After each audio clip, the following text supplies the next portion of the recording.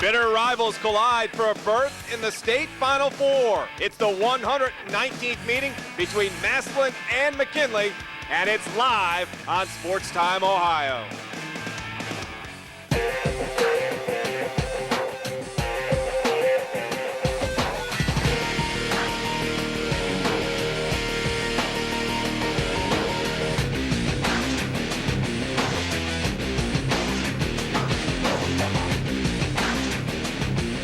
That's a look at what happened just moments ago here at Infocision Stadium, the only stadium big enough to house the oldest rivalry in the state of Ohio, and the tensions were high before this one started because a berth in the state's Final Four was on the line when Massillon meets McKinley here tonight on Sports Time Ohio. Hi everybody, welcome into Sports Time Ohio's continuing coverage of the OHSAA State Football Playoffs. I'm Mike Aarons, glad to be joined up in the booth by Frank Stamps tonight. And Frank, I think the opening of the show said everything that you needed to know. These two teams do not like each other. They know each other very well. And what stage could you ask to be any bigger and better than the one we have tonight? It's a beautiful stage, Mike, and it's a beautiful night. Now, Coach Hall and Coach Johnson, I think they're ready to put the helmets on themselves. Crosstown rivals and the 119th meeting tonight. Doesn't get any better. Let's take you back to week number 10, and things look this way, and really it was controlled from start to finish by the Bulldogs of McKinley. A touchdown, a Bryce Everett interception, and 256 yards rushing for the Dogs. McKinley wins it 35-21 in a must-win game that they needed to have to get into the state playoffs, and a couple weeks later they not find themselves one win away from going to the state Final Four. Let's take a look at some of the key players we'll be following for you tonight, beginning with Massillon and their speedy wide receiver, Devin Smith. Devin Smith, 44 catches on the year, almost 1,000 yards. I'll tell you, and he can really fly. He can stretch the field downfield for Massillon. You want to talk about a guy that'll put the pads to you, and really the key to their defense, it's got to be Bo Grunder. Bo Grunder, every team has its football player, and Bo Grunder's it for Massillon. 8 picks for the season, one return for a touchdown, and the kid can play offense too. He's got a number of catches on the offensive side for almost 400 yards and 3 touchdowns. And McKinley certainly has their playmakers. You talk to Ron Johnson, the first name that'll come to his lips is running back Bryce Wilder. Bryce Wilder, very durable running back, played in all 12 games. He's got 16 touchdowns. He's got almost 1,600 yards for the season as well. He's a very durable back, and he can make things happen for McKinley. That's the offense. The defensive side of the football can wreak some havoc as well. And one guy's already committed to Ohio State. He's still got a year to go. That's Steve Miller. Steve Miller, the Steve Miller Band. And I'll tell you, he can bring it. Junior's already committed to Ohio State. Boy, can he rush the passer. And he's got 17 tackles for losses, and he's got 7 sacks. Look for him to be an impact tonight for that McKinley defense. Sit back, relax, and enjoy this one. The starting lineups and the opening kick to Massillon and McKinley coming up next here on Sports Time Ohio.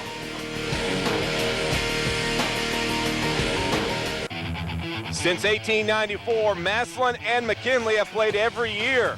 But for only the 5th time ever, the two teams will meet in the playoffs. The Bulldogs looking for their first ever sweep of Massillon. The Tigers looking for their first championship in the playoff era. The rivalry renewed right now. Infocision Stadium jam-packed, and why not?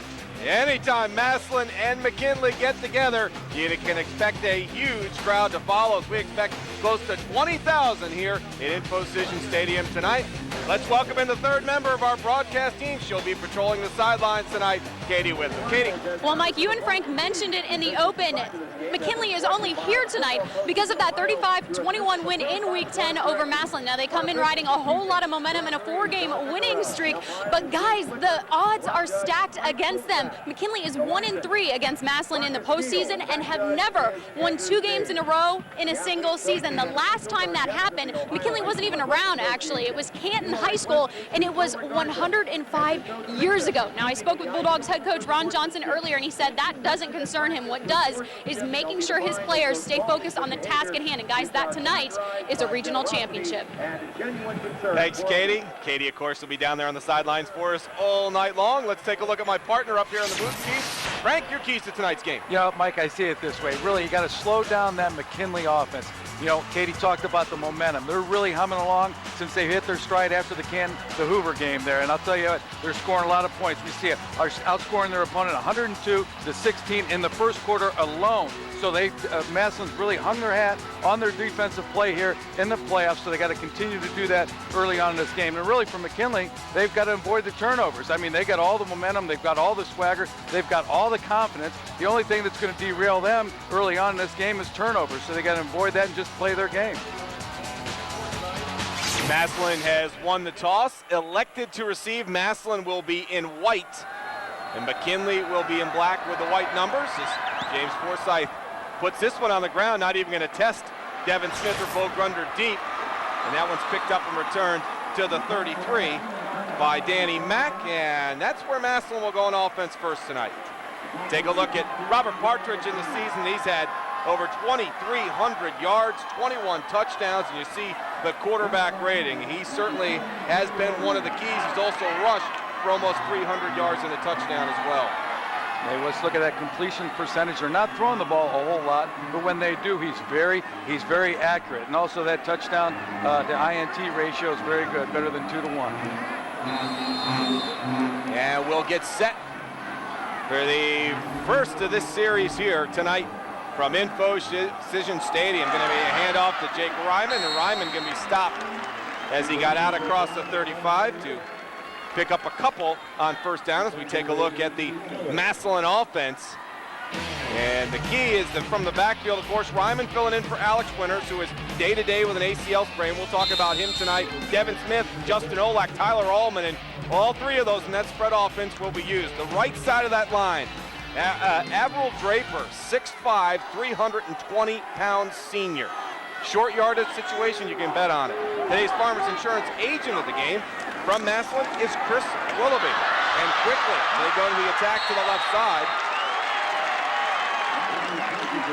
And a short gain there as we take a look, as that was out to Bo Grunder, and we take a look at the McKinley defense.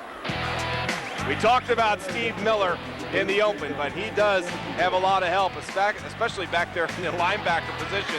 Gillum, Snow, and Gonzalez. And take a look, keep your eye on 46, because he has been a big key in the middle of that defense. And you go to the back, and Bryce Everett and Jamon McLean in the corners have been steady all season long for head coach Ron Johnson. Handoff and some room for Ryman as Ryman gets across the 50. As he picks up 13 on the play in the Bulldog territory, another first down.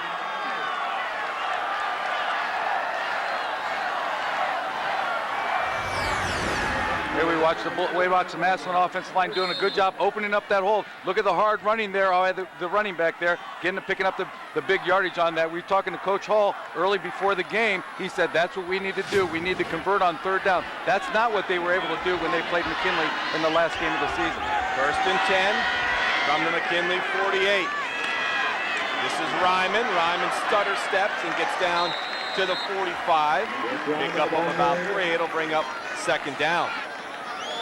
We saw the open of this game, Frank, and the intensity that these two teams bring to this game. Don't you think every player out there, not knowing knows what's on the line, but you know these kids. These are kids you see out on the playground. I'll tell you, Mike, you're right. You know, teams feed off their head coaches. That's where they get their identities. And I counted at least 5 finger points by Coach Hall from Massillon. Second and 6 now, and Ryman across the right side had an opening for the moment, but he is blasted back after a gain of about 2. And the Pups bringing the thunder on that play there. It'll bring up third down. Jamal McLean came up with the stop from his defensive tackle position, and there is the head coach of the Massillon Tigers, Jason Hall. We saw how excited he was. Both coaches, I would say, were intense, even in our pregame meeting. I'll tell you, Coach Johnson, we could barely get a few words out of him. Coach Hall was a little bit more talkative, but they both know football. Third and 5, and whistles. Stopping play. I was really impressed with Coach Hall talking to us about what McKinley is going to try to do tonight, what they need to do to stop that McKinley offense. McKinley. You know, it was just a pleasure meeting with both of them before the game. And I'll tell you, talk about tradition, Rich. You know, they both know what's at stake tonight. Timeout, McKinley, and we'll take our first timeout. 9:37 left here in the opening quarter from InfoCision Stadium. No score. There's a look at Coach Ron Johnson, the head coach of McKinley. Mike Aarons, Frank Stams, Katie Witham from InfoCision Stadium in this regional championship game. A 3rd and 5 now for Massillon. Grunder in motion from left to right. Turn around, and this is going to be Devin Smith, and Smith is going to be wrapped up and dropped for a loss. Nice play by Freddie Johnson, and got some help from Ronald Gillum. Little trickery here by the Massillon offense there, a little reverse to Devin Smith. Now Devin Smith is the kind of guy McKinley does a great job of getting over there, pursuing it, showing you their team defensive speed there. But that's the Devin Smith talking again, Coach Ron Johnson. He's the kind of guy that Massillon wants to get the ball in his hands a number of times tonight. And there you saw it with the reverse. They'll stretch the field with him downfield, and don't be surprised if you see a few other wrinkles in their offense to get him the ball. 4 wide receiver set to go for it here on 4th and 5 from the McKinley 44. And they're going to say, we're not going for it. We're going to kick it. And Robert Partridge is the punter. And down there to wrap it up. Did they get it in time? No, they did not. It is a touchback. Bo Grunder was down there, but it looks like he collided with one of his players. And there's a flag down on the play. Back close to the 50. Our officials are mic'd up tonight. Get a chance to hear some of the calls. But that was no surprise. Robert Partridge is the punter for Massillon, so they showed like they were going for it, and then Partridge dropped back and made the kick. Michael decided to go with the pooch punt here, and I think they're just out of sync, that Massillon offense executing the pooch punt. Great idea to pin him back short. Illegal procedure on a kicking team. Penalty is declined. First down.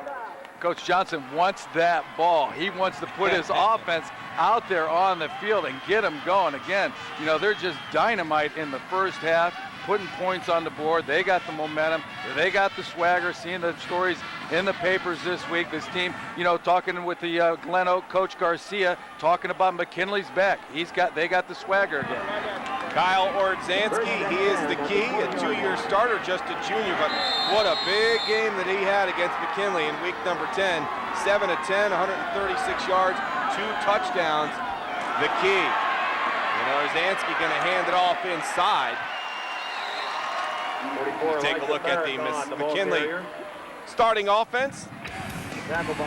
Bryce Wilder talked about him in the open, the fullback Elijah Farrakhan, who got the carry there on first down. The speedster Angelo Powell, as they connected for a 66-yard touchdown in that first one. And there's a look, Williams Park, Makowski, Kennard, and Fernandez up front. And today's Farmers Insurance agent of the game from Canton McKinley is Keith Williams.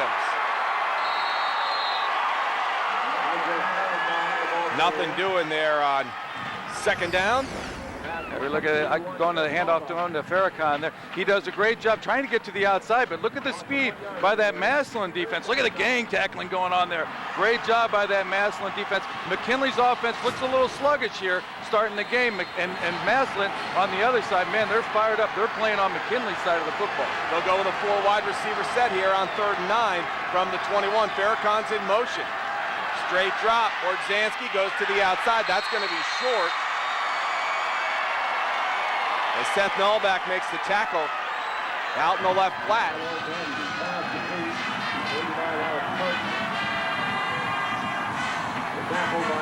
Alex Parton on the catch.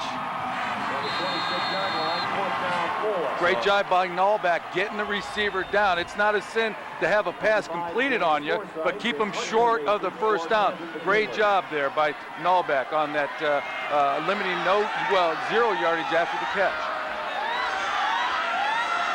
James Forsythe will kick as well as punt. Grunder and Smith back to receive. High snap. Nice job by Forsythe to get it. Puts it on the ground. That's Grunder, and he's immediately wrapped up and dropped. Nice tackle by Freddie Barton on the play. 41 on the punt. 0 on the return. Let's take a look at the Tigers school profile, of course, out of Stark County. In Division I, Region 2 of our great state. And Michael, just that name alone, Massillon, strikes fear in the opponent. Because I know, growing up, playing at St. Vincent St. Mary, we went down to Massillon and played, and I'll tell you what, it's an intimidating place. All right, so Massillon will have it first and 10 to the 31. Partridge, straight drop over the middle, has Ryman. Ryman out of the backfield, took a hit just shy of the 40, got out about the 38, pickup of about 7 on the play. Let's send it down to the sidelines and Katie. Hey guys, I'm over here on the Massillon sideline. I just had a chance to get in on Jason Hall's huddle with the offense, and apparently there was a little miscommunication on the backside the last drive for Massillon. He specifically singled out Kyle Bielak and Ben Duran, a senior for Massillon, and said, you guys got to get it figured out and keep things going. Little bubble screen and plenty of movement there for Justin Olak, and Olak comes strong, picks up the first down in McKinley territory, 18 on the pass and catch. Now this is what Coach Johnson wants to do, or I'm sorry, Coach Hall wants to do. He wants to work the underneath passing game there. He'll go with the multiple personnel set there and really work that underneath. Here we see the receiver there getting the ball upfield in a hurry. Looks like Massillon's offense, well, the entire team, both offense and defense, playing a little bit quicker than McKinley. Ryman on the delay, picked up about 4. It'll bring up second down. And one of the things Coach told us about before the start of this game, Frank, he'll kind of get a feel for the rhythm of this football game, decides on where he's going to go offensively with the football. And that's great. I love it when he takes a look at the pace and see how things are going, and he adjusts his plays accordingly. Partridge, straight drop over into the left flat. That is complete. That's Justin Olak again. He's very close to a first down. It looks like he's going to be just short. And then on the flip side of that, you know, Coach Johnson is really looking at his personnel group. When he comes with, again, he comes with those multiple sets, he knows that Coach Hall wants to work that underneath passing game. And right now, Massillon is doing that very well, passing the ball. They've not tried to stretch it downfield with Devin Smith. He's at the bottom of your screen, Devin Smith. This is going to be Ryman. Ryman's got the first down and more. Stays on his feet, gets down to the 30, and another first down for Massillon. Ryman doing a great job filling in for Alex Winters. You know, and now tonight, he's got to say, hey, listen, I don't have to really, you know, the whole Massillon team doesn't have to do anything really special. Just play sound football, and that's what he needs. He had a 100-plus yard game last week, and he just needs to be a solid running back and really not give up the football. Partridge going to drop back out of the shotgun. First and 10 from the 30. Straight drop. Now he's flushed to his right side. Looking downfield. Short drop. And broken up on the plays. He went out into the right flat for Justin Shegog.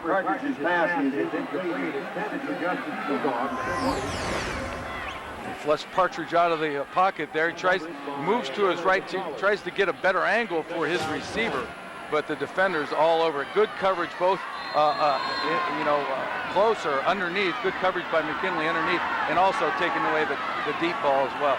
Although Yaley Gonzalez was the player in coverage for McKinley, it broke up the pass play. Second and 10 now from the 30. 4 wide receiver set. Partridge, quick drop in front of the bubble screen again. Olak is there, 20-15. First down, Massillon. 16 yards on the pass play. Bam, 1, 2, 3, throw the ball. Timing, rhythm is everything in the passing game. Does a great job on the bubble screen. And again, the receiver catches that ball and gets it upfield in a hurry, really catching McKinley off guard. And they want to take another timeout. Ron Johnson's squad wants to talk about this one with 4:39 left to go here in the opening quarter. Massillon has been on the move. And one of the things we even had a chance to talk to Coach Hall about, we came right out and said, what happened the first time around? He just said it was kind of consistency. It was just the little things. It was little things here and there. Didn't run the rhythm like they normally do. You can see they got something going here right now, though. Yeah, consistency, execution. They probably didn't execute well in that game. Didn't really convert on third down. He mentioned that. But here we're seeing they've got all that rectified tonight here, and we're seeing them execute very well and then moving the sticks. Take a look at the season snapshot for the Tigers. Of course, 9-3 to this point. You see, with that offense, put up over 300 points, to almost 210 yards per game passing, and allowing 187 per game on the ground with 121 through the air. And you kind of got the sense talking to him, Frank, I don't know if you did, I did, that they left a lot of plays out there on the field back in week 10. Yeah, he wanted this. He wanted a rematch in a bad way. He's got it now. 1st and 10 from the McKinley 14. Partridge, straight drop. Looking, has a man over the middle. It's Ryman out of the backfield. Ryman going to be stopped short of a first down. They have a chance to get the first down just inside the 5. He's just short, so it'll bring up 2nd down. Sneak Ryman out of the backfield there. They catch McKinley playing 4 deep, taking away the deep ball, and then they have to man up underneath there. That time Ryman got away from Jawan Snow and able to pick up pretty good yardage on first down. Jawan Snow, player to watch, because he will be all over the place. 6'2", 228-pound senior. 2nd down and 1 from the 6. Empty backfield for Partridge. That's Grunder. Grunder has room, trying to get to the outside. Dives for the pylon. He's knocked out of bounds. It'll be 1st and goal, though, for Massillon.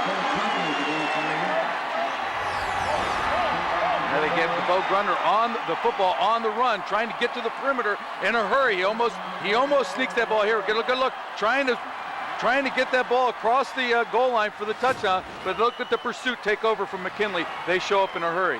Coming up on the 10th play of this drive, Jamam McLean was the man who strung that play out, number 16. Did a good job so Johnny Duncan could get him come up from the safety spot and make the hit. 1st and goal now. Ryman's the deep back in the eye. Watch for Partridge. Hands off to Ryman as a whole. Touchdown, Massillon. 3:51 left to go in the opening quarter, and on the 10th play of this drive, Massillon strikes Pater. Wow, look at it, just blocked down, kick out, and there it is, big hole for Ryman to come through, and there's some words there at the end of the play, big rivalry, but what a great job by Massillon executing that 10-play drive. You know, we didn't see any, really miscues by him, and I'll tell you, they were right on, Michael. Jeremy Geyer on for the extra point. And that is up, and it is good. There's a look at the scoring drive. 10 plays, 69 yards, just under 3 minutes. Yeah, Ryman's got reason to celebrate. They're on top. Take another look. Our football then. We take another look at it here. Bam, block down, kickoff. Yep. Just a little contact there in the end zone. Bam, holds on. All right, now what are they going to say? Going to have some words there. Hey, oh, whoa, little headbutt. All right. Got to be careful there. You do. You got to be careful. Especially with that retaliating. You scored. Yeah. Johnny Duncan that he gave a little head slap to. Yeah, flip the ball to the official. You get back to the end, your sidelines, and do it again. So with 3:51 left to go, Massillon on top first. Let's see how Ron Johnson's squad comes back here, as they went 3 and out in their first series. That was the 2nd series for Massillon. Yeah, so far, Massillon has done what they needed to do. Really, how better to slow the team's momentum down than to keep their offense off the field. Set for the kick here. And it's that ball control offense, that underneath. Jeremy Geyer going to set it to Bryce Wilder. Terry Montgomery, this is going to be short, fielded at about the 25, stretched out as a whole, out across the 35. And that's where McKinley will start. 1st and 10, we send it back down to Katie. Well, guys, I'm over here on the Massillon sideline. Just a little update for you on Bo Grunder. The medical staff was looking at his right arm. They were mainly messing with his elbow and his wrist. They were making him wiggle his fingers. It doesn't look like it's too serious of an injury right now. He's been trying to shake it out. I think we'll see him back, guys. Thanks, Katie. Great stuff, and they will need him defensively because he is the key defensively. 8 interceptions, 75 tackles on the year, and he may not be the biggest guy, but you know he's there when he puts the pads to you. To be Wilder on the handoff inside, good room out across the 40, short of the 45 as we take a look now at the Tigers defense. Of course, we mentioned Grunder, but up front, keep an eye on Jeff Myers. We had him a couple of weeks ago, and the 6'3", 285-pound senior, number 54, is a load, and he will be a guy along with Josh Remark from his free safety spot. They made a lot of plays in that game against North Canton Hoover. He'll pick up a 6 for Bryce Wilder. You see Ordzanski mixing things up. 4 wide receiver set, trips right. Ordzanski, nothing there, keeps it on the ground, and he'll take it himself out across the 45, close to another first down, and that's one of the things that helped them beat Massillon the first time around, was the running of their quarterback. Yeah, he can run the ball, he can throw it effectively. Interesting enough, he has 70% of the play calling at the line of scrimmage, Ordzanski does, and I find that, he puts a lot of, Coach Johnson is putting a lot of faith in his quarterback when he has that ability to call most of the offense there at the line of scrimmage. Kyle, a 2-year starter, just a junior. He'll be back next year. He's operating out of the shotgun, flanked by Farrakhan and Wilder. That's Wilder in motion. Hand off inside to Farrakhan, picks up the first down of the evening for the Bulldogs.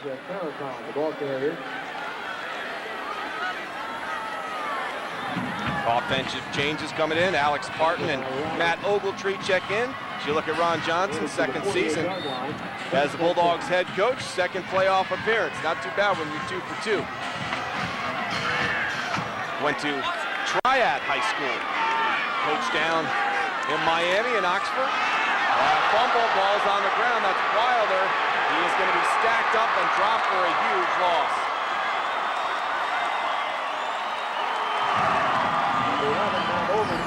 There we go, right with the mesh here, never gets it. Hits the hand before it gets into the running back's belly there. Ball goes on the ground. Opportunity for a big play for Massillon there. Look at that, putting him in a second and very long here, but that's what McKinley can't afford to do now. Mistakes like that really disrupts that momentum in their offense and puts them in situations as they have now. Sets him up in a 2nd and 20. That was Matt Ogletree, who's in motion now on that play. Ordzanski taking off, has room, 45, 50. He's in Massillon territory, close to a first down as it gets knocked out inside the 45. Pick up a 20 on the play. Here we go. They take away anything downfield. That's where he wanted to go. So he tucks it and run. Great job of running the ball, picking up the first down there. That really is a crusher. When you got everything covered there in the secondary, as Massillon did there, and the quarterback can scramble for 20 yards and pick up the first down, that really crushes your morale defensively. Brings up a, well, they're gonna give him a first down, so he picked up a first down. Originally, they had put up a 3rd and 1, but Ordzanski picks up a huge first down at the Massillon 42. Wilder in motion. We're going to give it to Farrakhan inside. Farrakhan sprung out and dropped. Seth Null back up with another tackle on the right side there. Bring up 2nd down. Farrakhan is a great compliment to Bryce Wilder back there. The two work very well. Wilder's the main running back there, but when he's not getting the ball, they give it to Farrakhan. And look, 125 attempts, 733 yards, averaging almost 6 yards a carry, 7 TDs. They got really a fantastic duo of running backs in the backfield. And by looks, Katie had that report on Bo Grunder. He is in there now. Boy, we keep a lot to keep him out. He is a tough kid. Farrakhan in motion. This is Ordzanski, had a hole, and Ordzanski down close to the 35. Bring up 3rd down. I love the background on Ordzanski. A hockey player growing up. You know he's tough, and he better be tough tonight if he's going to run the ball like that. That's the number of runs he's had. He's just lowering his shoulder and running defenders over. That's a great job by that quarterback making plays, and that's what you want to see from your quarterback, make plays. And they're in a 3rd down situation right now, 3rd and 4, which this is what they excelled at, not only all year, but in week 10, Jason Hall felt that was the reason why they got beat, was on 3rd down. Well, the quarter coming to an end here. 1 quarter in the book between this historic meeting, with a Final Four spot on the line in Division I. Massillon on the board first, and they're up as we head to the 2nd quarter here at InfoCision Stadium.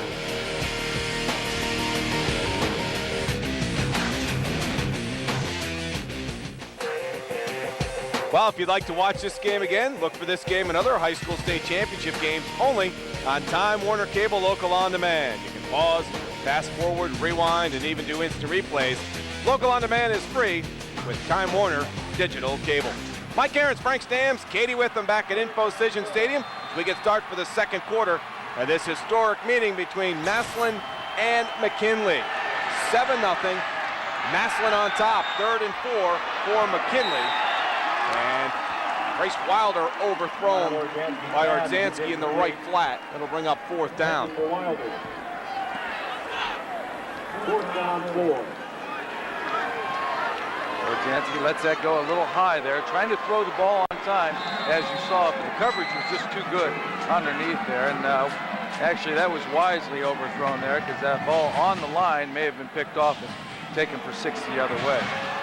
Ordzanski, he's a leader. He's a very smart football player, and that's what they like about it. There's the conversion status, 45%.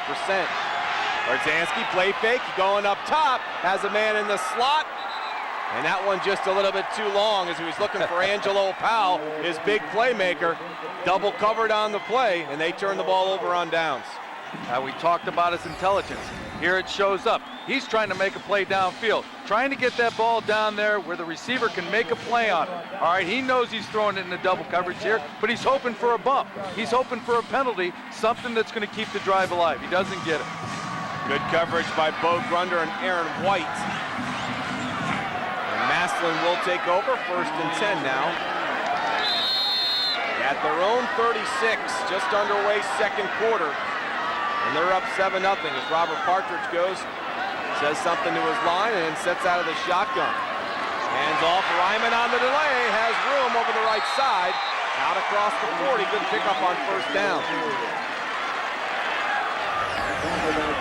Yeah, you know, that Massillon offensive line is doing a good job of controlling the line of scrimmage. Look at that. Look at the hole, the separation, the vertical separation. We saw him run into the bubble there. You know, on the guys, on the defensive linemen, they're doing a good job in engaging and staying on them. And then the other guys are getting to the second level and blocking those linebackers, creating that bubble. Desmond Johnson on the hip, but Ryman was kind of holding his back as he was slow to get up on the play.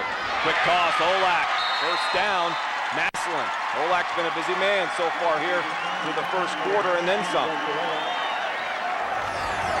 Just again, timing, rhythm, 1, 2, 3, throw. Olak does a little 5-yard out. That's great throw and catch there. I'll tell you, that's what they practice in August.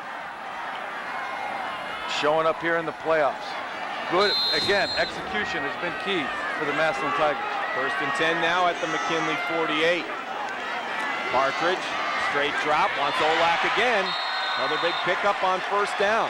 So Justin Olak piled up the stats. And Massillon moving the football. Here again, a little 5-yard route. Bam, bam, bam, push him off. Bryce Everett has got to show up. We don't even see him in the screen. He's got to show up there. Way too much cushion there. I know you got to respect those receivers, but, you know, that's not Deion Sanders. Pick up a 7. 2nd and 3 at the McKinley 41. 4 wide receivers set. Delay, Ryman looking for room, has the 1st down inside the 40. Well, Massillon hasn't had any problems moving the football here tonight. They really haven't. We saw that stat. We just saw 8 for 9 for Partridge. We talked about his completion rate. He's outdoing himself tonight. I'll tell you, you talk about possessing the ball through the air. What a great job. And then the run, it seems, I mean, I tell you, it's very balanced. I mean, this team, Massillon, 21 TDs throwing the ball, 21 TDs rushing the ball. That's balance. Well, 1st and 10 now at the McKinley 37.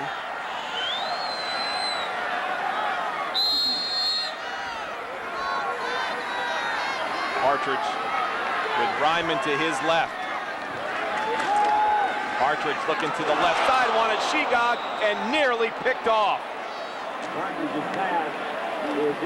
Jawan Snow read the eyes the whole way, and take another look. Okay, Partridge, they're not automatic. I know 1, 2, 3, throw. Jawan Snow reads the quarterback. Look at that. Great read on that boy. He wishes he had that one back right through his hands. Played football with his dad, or I'm sorry, his uncle, Percy Snow with the Browns. Know his father, Garland Rivers, who's on the staff from McKinley. There was a lot of room in front of him. Bubble screen again. This is going to be Devin Smith fighting for every inch of yard he can get. Pick up of a couple. Jawan Snow out there again on the tackle. He's been a busy young man tonight. Coach Hall moving the ball to it. Again, the underneath passing game he's going to take what that McKinley defense is going to give him. I got to believe he's in 4-down territory now. 35, McKinley 32. 4 wide receivers set in. Partridge going up top for Olak. And it's broken up by Everett on the play. Nice play by Bryce Everett there. Bryce Everett, Olak gets behind him a little bit. Olak, well, I'll tell you, there's a play he wishes he had back right now. Good job of separating. Keep running, go up and get that ball. Got to come down with that. Great throw by Robert Partridge. Right on the money. Justin Olak hasn't dropped anything tonight. What a bad time to start there. Wow. 4th and 5. Whistles, timeout. Coach Hall saw something down there he didn't like. Calls his players over to him. 4th and 5 now on the 32. Going to talk this one over. And Massillon really has been impressive offensively. They've just moved the ball at will. They've spread the ball around. It's basically Tiger football. That's what Coach told us. And I'll tell you, he mentioned the consistency, and the consistency I see when I hear that bang, I hear execution. You just weren't executing, with the plays, and here they've done that. I mean, they've been able to come up, with the 3rd down converts. He said that hurt him in game 10 versus McKinley, and they've been able to do that and then some tonight. So they're really playing their ball game, possessing the football. I think in that first quarter, 16 plays Massillon had to McKinley's 3. Just very good first half by Massillon so far. Take a look at the last time these two teams met. You have to go back to November 19th, 2005. You talk about the playoffs, you talk about intensity. Massillon comes up a winner on that day, 21-3. As we head back to live action, 4th and 5 on the 32. Partridge has Olak. Olak tried to make a move, and it looks like he got enough for a 1st down.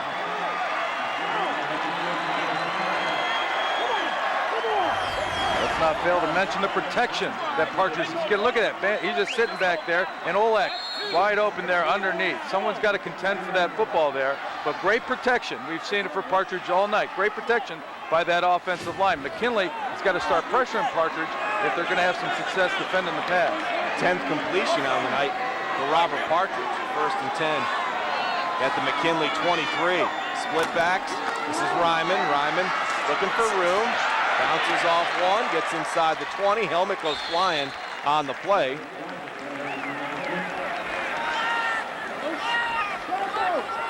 It was Jamal McLean's helmet was missing at the tail end of that play, who also made the tackle.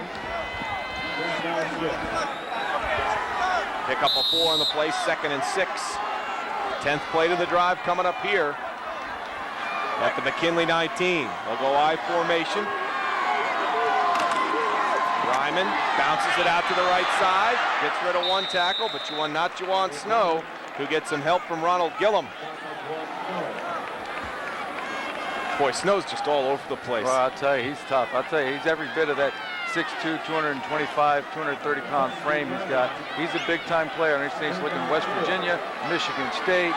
I'll tell you, that kid's he's gonna be a great addition to any program at the next level. 3rd and 4 now at the McKinley 17 as Partridge checks the sideline. Over the 4 wide receiver set. Straight drop. Looking out into the flat, and that one is incomplete. Looking for Bo Grunder on the play. Excuse me, Tyler Allman was the intended receiver. Impressed with Partridge here. Watch where he throws this ball. Down and away, only where the receiver can get it. That's a big-time throw there, Michael, by Partridge on that. Allman, that's a tough catch for Allman to make, but I'm impressed by Partridge where he threw that ball in a situation like that to the flat, where if there's a miscue on that, McKinley's got it going the other way. And they're going to bring in Jeremy Geyer. Geyer 7 of 10 on the year. This will be a 34-yard attempt. His longest is 40, so well within his range. Down, some problems getting it down. It's up and away, and that hits the crossbar and down. So McKinley escapes. 3 points there as Geyer's 34-yard attempt hits the left goalpost. And we'll take a break. 8:34 left to go here in the first half from Infocision Stadium. Everything you can imagine between the two of the teams that have been playing each other since 1894.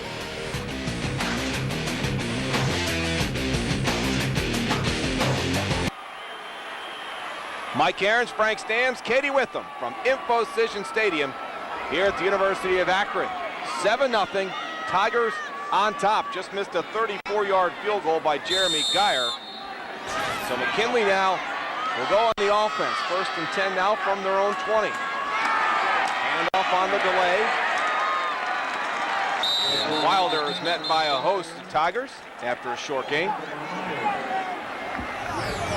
We take another look at the missed field goal. There it was. That's a direct result of the end.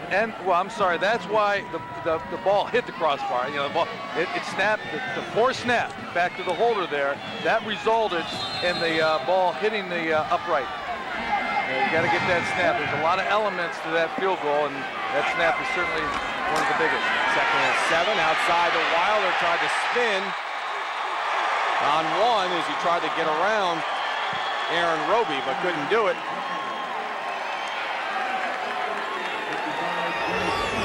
Go with a little flare pass here to Farrakhan. I'm sorry, Wilder. But bam, that's just a long handoff to me. Look at that defense rally. Wow, number 55, just all over that. Linebacker Joey Stutter. Defensive end, I'm sorry, Joey Stutter. 3rd and 11 now for Ardzansky. Straight drop, Ardzansky looking to the right side, has a man open and dropped. In and out of the hands of Matt Ogletree. And Ogletree had the first down and room to run, and he knew it. 4th down 11. Ardzansky back to pass, throws a nice ball. He just doesn't come up with it. Receiver's got to come up, just doesn't make a play here. Everything's perfect, the ball's right on target. Just got to catch that ball away from you. Catch it with your hands away from you. Bo Grunder and Devin Smith are back inside their 45. Waiting the kick from James Forsythe. 7:23 left to go.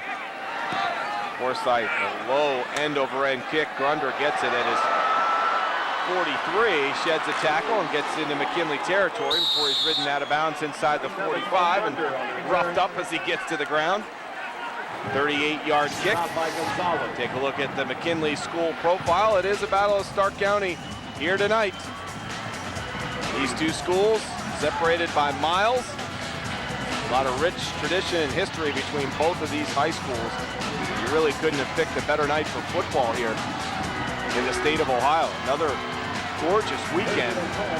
Both of these teams taking full advantage of it on display on the big screen and the big stage here at Infocision Stadium. Great athletics at McKinley High School, not only football, but the basketball as well. And I'll tell you, the baseball as well too. Never played them in football, but we played them in basketball and baseball, and all three exceptional varsity sports. 1st and 10, and flags go flying in. Procedure against Massillon, so that'll back up the Tigers. And Massillon's starting with great field position here. See if they can take advantage Prior to the snap, of this. ball start on the offense. 1st down.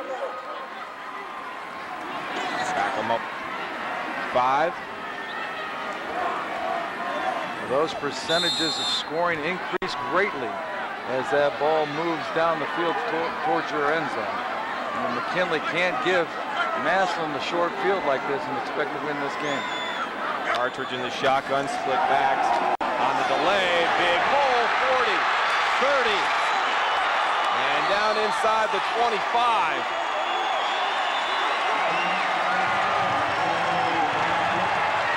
Big run for Massillon, 26 yards on the gain. Seth Nallback came in, and boy, did he put a helmet. Watch the end of this play here. How do you do on Jamon McLean? So Novak, you see him making hits, and there he delivered one.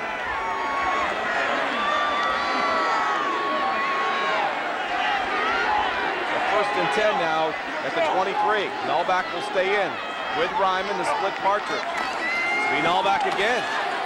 This time wrapped up. Nice play up front by Freddie Johnson. Got to him first to slow him down. Then finished up by Ronald Gillum. Massillon there goes back to the weak side.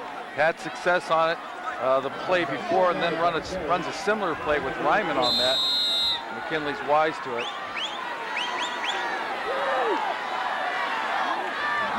Massillon's in no hurry.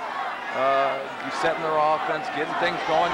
Again, talking about Coach Hall's controlling the pace of the game. This is what he's trying to do. Very deliberate, very methodical, with great execution. 6 minutes left here. This Partridge straight drop, he wants it all.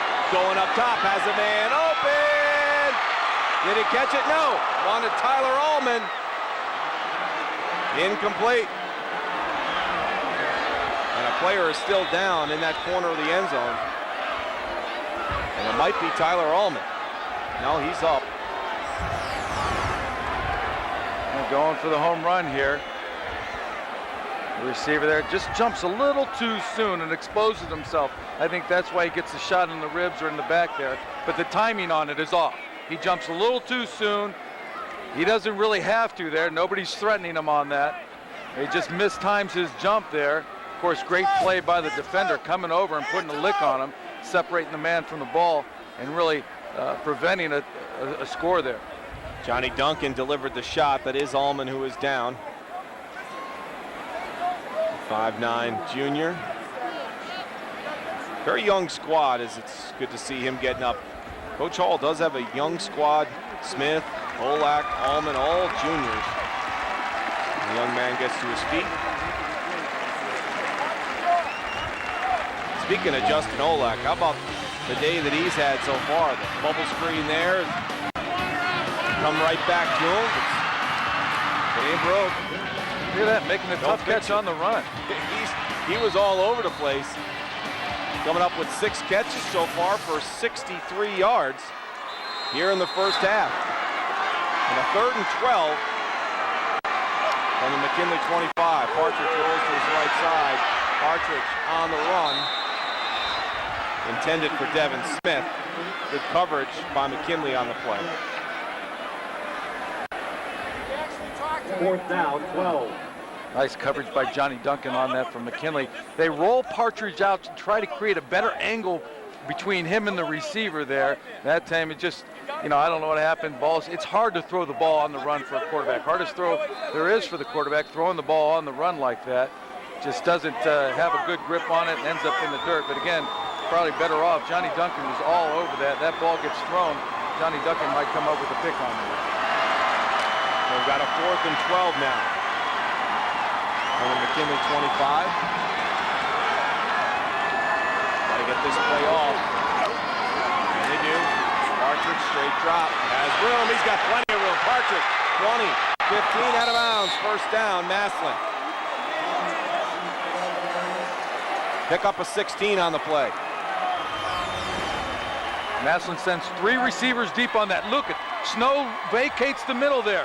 All right, he goes with the running back. Partridge wisely recognizes that. He's got a lot of room to run. He just tucks it. He knows what to do with it, and then alertly just runs out of bounds. No sense of taking that hit there at the end. A nice play by Robert Partridge, the senior. They're in good shape here, up 7-0. 5:44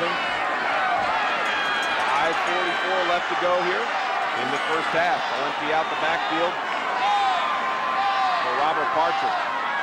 Grunder in motion. Fake to Grunder. Partridge going to keep it. Looks to the left side. Nothing doing there. Good job by the Bulldogs to contain and drop him. We'll send it back down the sidelines and Katie with him. Hey guys, just real quick, an update on Tyler Allman from Massillon. He's over here on the sideline. They're putting ice on that left shoulder. Before they put the ice on, it was a definite left dislocated shoulder. It looked like a pretty severe one to me, guys. So I think they're going to check that out more at halftime in the locker room. Thank you, Katie. And that would be a huge, huge loss Coleman. It doesn't look like he's coming back anytime soon. When they take the pads off like that and ice you down. Partridge over the middle. Justin Olak was there. He wanted a flag. He got tangled up down in there with Omoyele Gonzalez. Take another look at this. Watch the middle of your screen. Not a wise throw by Partridge on that. Snow. 1, 2, 3 guys there. He didn't get tangled up with Juwan Snow. You just can't get around him. That's a wide body. He is thick, and I'll tell you, he can hit. You think you're around him, but you're not. The other shoulder hits you. Gonna bring up a third and goal. Offensive coordinator is telling, hey, listen, we're in field goal range here. Don't take points off the board. Don't try to force that in, especially over the middle, overthrowing the ball. And with that thought, Jason Hall wants to call timeout to do exactly that. Well, he's intense. He reminds me a lot of Bill Cowher when you talk to him. I mean, he's got that look in his eyes, like he's looking right through you. And just very intense, knows his football, doing a great job with a tradition-rich program there. I'll tell you, what a great, hire there Massillon made. Well, a reminder that STO is your home for Cleveland State basketball. CSU Vikings looking to defend their Horizon League championship and return to the NCAA tournament. STO's coverage begins next Saturday, November 28th, when the Vikings host Wichita State. Join myself and Franklin Edwards as we return to call Viking basketball again this season. Don't miss the Viking and Wichita State going at it next Saturday, November 28th, 2 o'clock here on Sports Time Ohio. And that game will be followed by STO's continuing live coverage of state high school football playoff, and most likely we could be right back here. So we're planning on covering the winner of this game and the winner of Solon and Glenville, which was tied at 7 when we last checked in. This is outside the Grunder. Grunder trying to make a stutter step move on Snow, and he says, That'll bring up 4th down and most likely the field goal unit.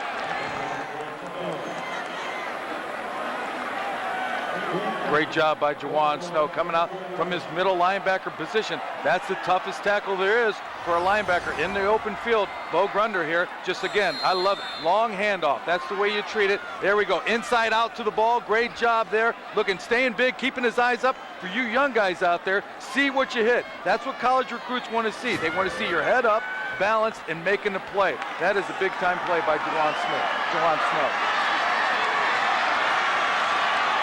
That shows how much I know. They're going to go for it. 4th and goal. High formation, and Coach Johnson came running onto the field to try and get the officials' attention because I need a timeout. I'm thinking Jeremy Geyer's coming out, and I see the I formation. That's not field goal formation. There's that Bill Cowher-esque look that he's got. But, say we saw a shot of Coach Johnson early on. It was some frustration, looked like, talking to some of his players on the sidelines. Doesn't seem like they're in sync, executing very well. Maybe they don't have the personnel out there, but it's just been all Massillon so far. 35 plays to 15 by McKinley, and doing a great job. If I'm McKinley here, I'm going to watch for the hard count. It's 4th down. Try to draw them off sides. I know it wouldn't do you any good here with the 1st and goal situation, but every little bit helps. Now they'll say, let's bring out Jeremy Geyer.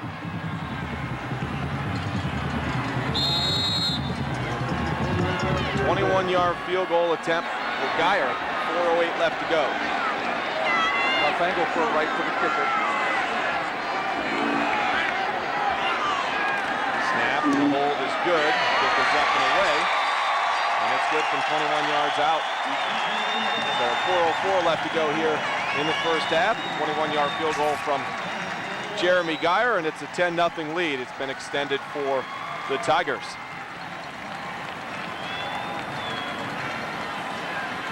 Wow, Mike, how about hanging a goose egg on McKinley up until this point? This team is just, McKinley's just been prolific offensively, scoring, through the air, on the ground, and Just a tremendous defensive effort by Massillon tonight to this point. Just shutting down McKinley completely here. And McKinley had scored 35 points on him in that Week 10 matchup, and you take a look at the total, what they've scored on their opponents, over 400 points on the season. They were just 4-4 through Week 8, and then they've turned around and won 4 straight. But you know what? If you're going to get hot, partner, you get hot in the playoffs, right? Right? You talk about cooling a team off.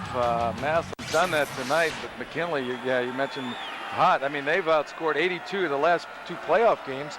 They've outscored their opponents 82-20. Total yards tonight, 184 for Massillon, 333 for McKinley. Well, Bryce Wilder, Jerome Montgomery. This is Wilder. It's going to field the kick at his 23. He has room, and he gets out across the 35. And that's where McKinley will go to work tonight, down 10-0, under 4 minutes to go here in the first half. Now, Mike, having said all that, the score is still 10-0. That's nothing.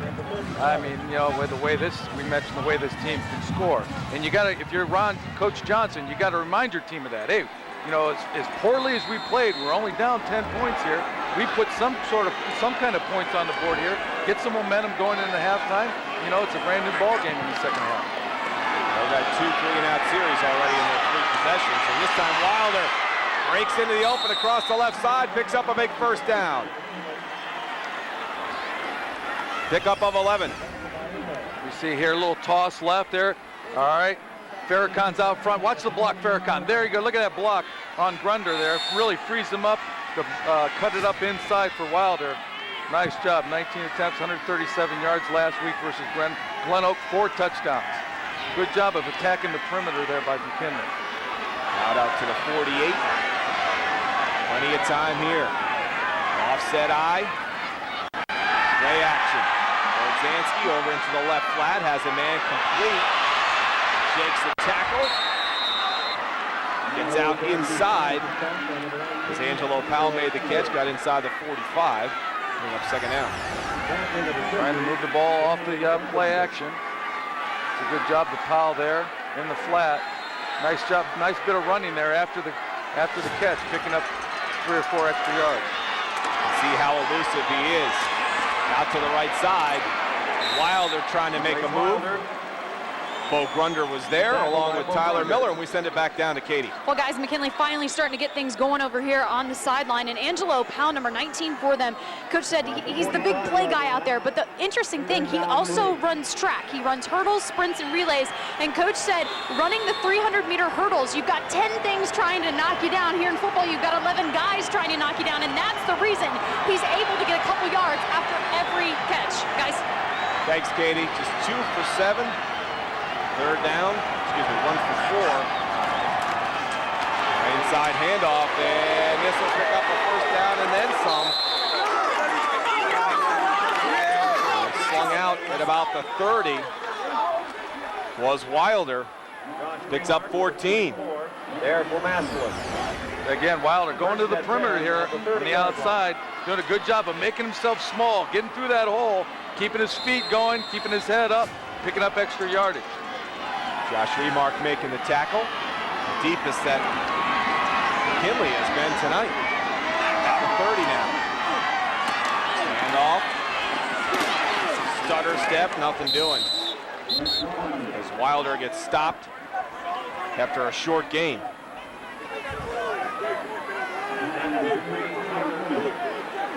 McKinley realizing they have some time left, trying to burn as much of that clock, put a score on the board.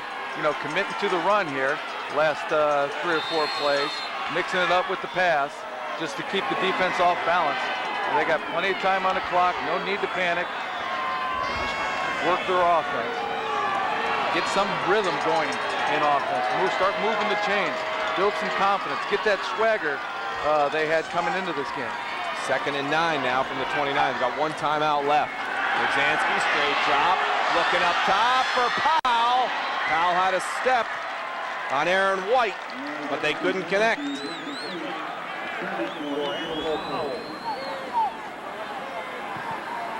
Shows off the arm there that Kyle Ordzanski has. Take another look. Katie mentioned the big play of Powell. That's their go-to guy when they want something to happen. There's just a streak down the field, and Ordzanski overthrows him. They love the matchup out there. They had him one-on-one coverage.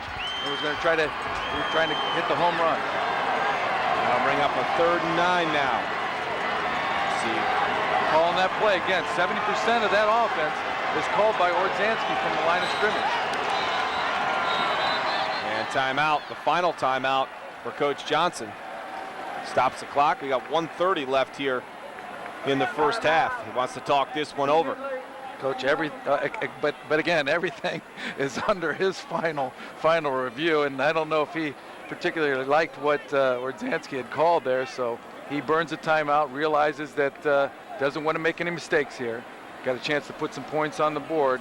It's vital that they get some sort of momentum going into that locker room.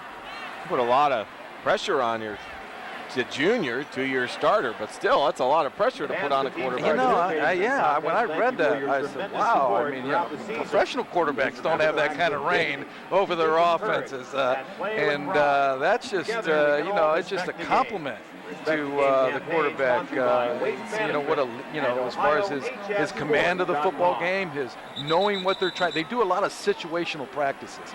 They'll put their offense in a 3rd and long, or 3rd and short.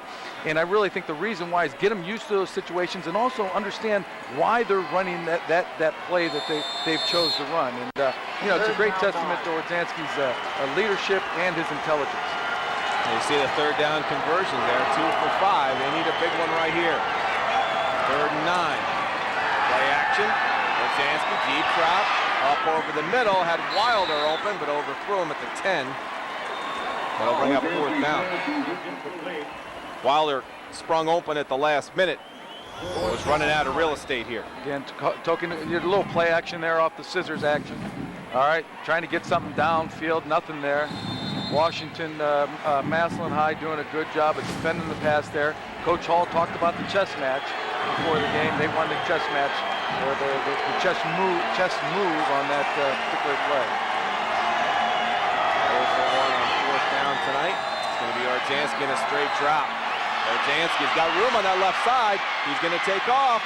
Ordzanski looks like he's got the 1st down, and he does. Lowered the shoulder and got inside the 20. 10-yard pickup for Kyle Ordzanski. Here he goes, trying to get the ball downfield. Nothing there. Tucks in a run. We're seeing great running ability by both quarterbacks tonight. Here Ordzanski finishes the play off, picking up a couple 3 more yards after contact. Good, tough running. Clayton Maddox in there on the tackle. And that'll bring up a 1st and 10. Ordzanski looking in the flat for Powell. And that one's incomplete. Update from Glenville and Solon. Glenville up 14-7 at the half. You should take another look. Powell's got to come up with that play. I got to believe he's hearing footsteps with those 3 defenders around him there. Again, talk about execution, keeping the drive alive. You got to come up with that play. What a task for poor Aaron White tonight. He's got that guy right there. Angelo Powell. Katie talked about all the things that he could do with that track star speed. This is Wilder on the inside handoff. Nice tackle on the play by Danny Hune. And Hune, the solo tackle here. Oh, I see this as a touchdown saving tackle. He's got all that room to run up the middle there. I think he can make that one guy miss there, but Hune comes up with a big play. I believe he gets by there, but no, there's a safety there, but that was a big play by Hune. Ordzanski finds Wilder. Wilder took a big hit, held onto the football on a 3rd and 9. He's short of the 1st down. He had to get inside the 10. Josh Remark, boy, take a look at this one. The floater across the middle there. Look at all over him after the catch is made. That's Ordzanski, takes off, calls his own number, picks up the 1st down. 15 seconds left. Better spike it, Coach. And there are no timeouts left for the Bulldogs. Clock will start once they get everything settled. And he does spike the football. 13 seconds left. Massillon has done a great job. McKinley was moving that ball. But once that ball got into the red zone, Massillon has done a great job at defending the red zone, really stalling that McKinley offense. and put them in a situation here where they've run out of, well, they've got time for maybe 2 more plays. 14th play of this drive coming up. You saw Ordzanski's night kind of mixing it up a little bit. And a 1st and goal now. Ordzanski, straight drop, looking in the corner, has Powell, touchdown! Angelo Powell shook free for the score, and McKinley's on the board. Ordzanski pass complete to number 19, Angelo Powell, for the Canton McKinley touchdown.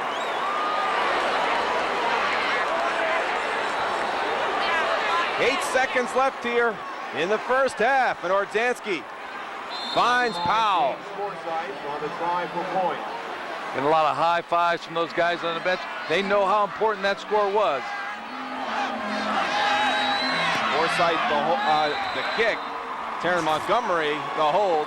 That's up and good as he take another look at the score for the Bulldogs.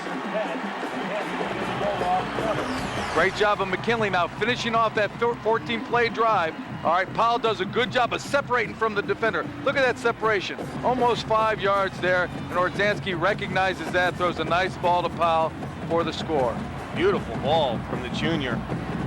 Powell wasn't going to drop that one. No, he was not. 8 seconds left, 10-7 now. We've got ourselves a football game here at InfoCision Stadium. The winner of this one, obviously, moving on to the state semifinals. We'll play the winner of Glenville and Solon. Glenville up 14-7 at the half in that one. Of course, you will see that game live here on Sports Time Ohio next Saturday. We've got a full day on Sports Time Ohio. Bring you Cleveland State in the afternoon at 2 o'clock against Wichita State. And then a 7 o'clock kick from a site to be announced. Could be right back here again next week. For Glenville, Solon, and the winner of Massillon and McKinley. Forsythe going to just put this one on the ground. It scribbles through. Grunder handles it. 15 has room. 5 seconds on the clock. Trying to get outside. He does. And they're going to stop the clock with 2 seconds remaining. Lee Jefferson, number 39, on the tackle for McKinley. 1st and 10. Well, very rarely in a rematch, especially, Frank, you see a very high-scoring game, especially one where they put up, you know, a better than 50 points. It was a 35 points for the winner, but still, the second time around, the way these two teams played, I think both of them kind of expect they'd be a little close to the vest, don't you think? Yeah, I think so. And, you know, they're used to, you know, what each other does. They see each other a lot, play each other every year. And they have defensively, they've schemed it very well, both sides of the ball, keeping the score down low. We got the confirmation that yes, next Saturday will be at InfoCision Stadium, so we will be here again. And we'll bring you the game live at 7 o'clock, the semifinal round of Division I. It'll be down to 4 after this weekend. Let's send it down to Katie standing by with Coach Hall. Well, Coach, Rob Partridge and the Tigers offensively really clicking out there, and you held McKinley scoreless until 20 seconds to go. Are you pleased with the first half? Well, I thought the first quarter we did a pretty good job on both sides of the ball. That last drive, you know, our kids are still making plays. They did a good job on 3rd down the last drive, and that's the key to this game. We just got to come out and keep doing what we're doing. When we get in the red zone, we got to get points. We missed a field goal, you know, down on the 4-yard line, no touchdown. So we got to capitalize inside the 20 and take advantage of our opportunities. So we'll see what the second half brings. Thanks, Coach. Guys, back to you. Thanks, Katie. Halftime here at InfoCision Stadium. And we've got ourselves a ball game. What would you expect when these two squads meet? We have put the first half in the books. And it's a 10-7 lead. Massillon over McKinley. Back with the halftime show after this.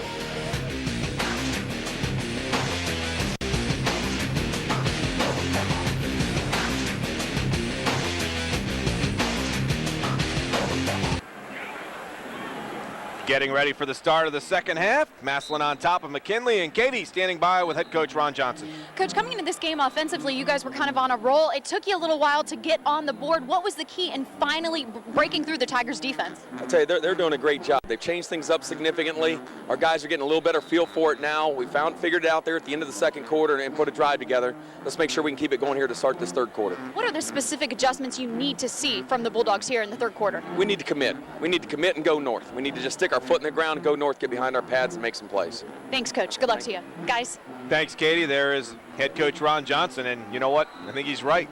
One of the things you notice defensively is a lot of that, instead of going north-south, they were going east-west, and Bryce Wilder and company having problems, and a lot of that has to be, attributed to the defense of Massillon. Yeah, absolutely, Mike. You're absolutely right there. When he says commit, he says, hey, let's get tough. Let's just drive this ball north and south. He's putting it on the offensive linemen to really get into their guys and control them and drive it, and then talking to the running backs on that and say, listen, it's okay when we run to the perimeter trying to make a play, but when we're running that ball between the tackles, let's get tough, put our shoulder down, and move the pile.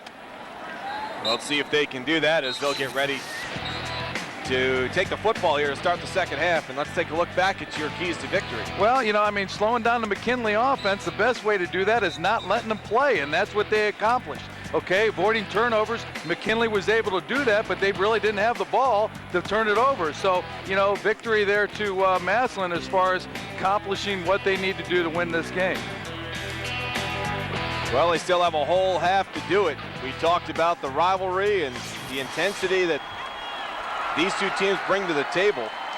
Yeah, Mike, I'm impressed with both teams. We talked about the turnovers. I don't think there's been a turnover in the game. There's been no turnovers. There's only been one penalty in the first half. And, that's a direct tribute to both coaches and both coaching staffs as far as the discipline they have on this, for both teams and the discipline, the hard work, they're coaching there, and I can't tell you how impressed I am with both teams as far as playing a very penalty-free game and not turning the ball over. Give you some scores from around the state here tonight. The winner of this game will play the winner of Glenville and Solon, which you'll see right here live next Saturday night from InfoCision Stadium here on Sports Time Ohio. Glenville on top of Solon at the half, 28-7. Down in Columbus, unbeaten Dublin Kaufman is struggling right now with Hilliard Davidson. That is a rematch. Again, much like this, two teams that know each other very well. Davidson on top of Kaufman, 14-7. And down the Cincinnati way, it's Elder, who has played that monster schedule all season long, on top of the unbeaten Redskins of Cincinnati Anderson, 21-7. You are up to date. McKinley's going to get the ball here and start the second half, and we're going to get a chance to see what Coach Ron Johnson was talking about as far as some of the adjustments he's going to make offensively to the adjustments, the different look that Massillon brought with him in this playoff game. Jeremy Geyer will get set to kick this one off. Bryce Wilder, Karen Montgomery back to receive. This one is on the ground. Both of these teams are staying away from the return men and giving up field position. It's going to be a great start for McKinley as they'll be out at the 45-yard line. Ronald Gillum on the return for McKinley. Great field position for McKinley to start the second half. Trying to keep it away from the game breakers, I guess, but both teams have done the same thing. Nobody wants to kick it to the return men. Yeah, that's right. Yeah, they're trying to keep a very conservative approach to the special teams. Well, there's a look at the junior quarterback. 67 yards of total offense and a touchdown. Ogletree in motion. This is Farrakhan. Farrakhan rams his way into Massillon territory as we start the third quarter in the second half here from InfoCision Stadium. Right away they go with the run right up the middle behind the center there. Dakota Mikowski does a great job of, controlling the nose tackle there from Massillon, picking up 5 yards on first down. You'll take that every time. 2nd and 5 now from the Massillon 49. Inside, it's going to be Wilder. Wilder still on his feet, took a hit from Grunder and got some help from Spencer Lino to finish things up. It'll bring up 3rd down and 2. Another big win for McKinley there, running the ball. Wilder there, picking up 4 yards, putting him in a 3rd and short. Bo Grunder, he's got 74 tackles on the season. One of the leaders defensively, if not the leader defensively. But it's always troublesome when your safety's coming and making plays.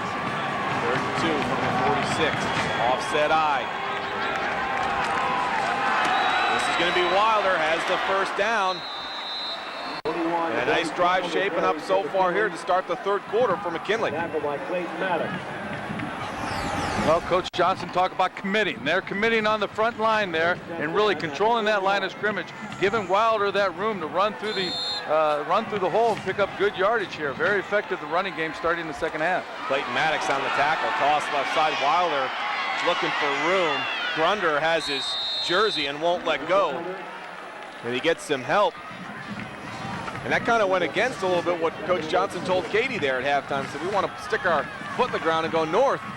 And Wilder started that way, but then kicked it to the outside. But he certainly has the speed to make big plays. There's no question about that. Yeah, that's for sure. And when he says, I want him to commit, he wants him to say, hey, when you got a blocking assignment, man, we got to go get it.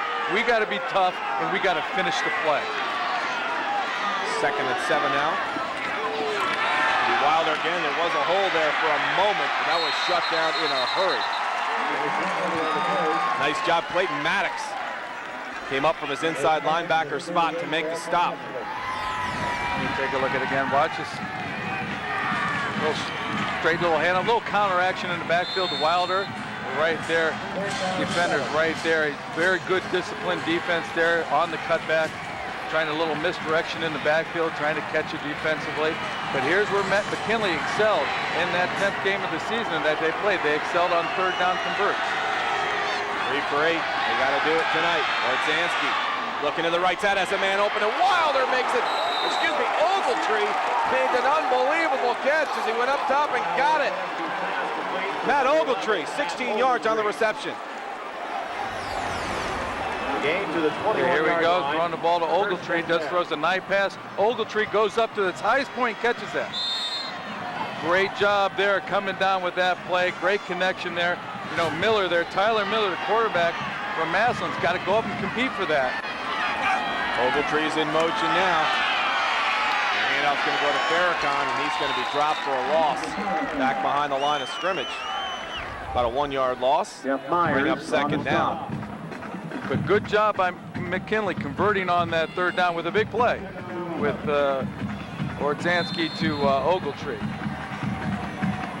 Bring up 2nd down and 11 as you take a look at Ron Johnson. Massillon running a straight 3-4 defense there. 4 wide receiver set. Orzansky looking to the left side, has a man complete. That time it's Bryce Wilder making the catch. Short gain, bring up 3rd down. Orzansky spreading the ball around, that time hitting Wilder in the flat. 3rd down. Nelbeck comes up, makes a nice play. He's a linebacking position there. No yardage after the catch. We saw it in the first half. We're finishing the first half. It got tough going, tough sledding for McKinley once they got in the red zone.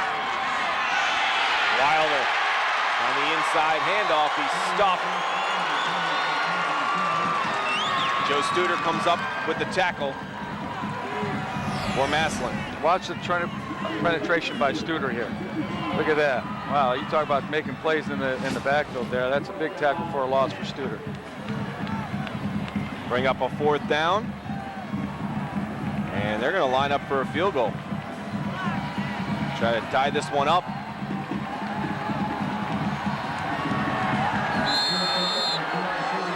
It's like a 39-yard attempt for James Forsythe. Everything looks good. It is blocked. Forsythe picks up the football, and he's dropped.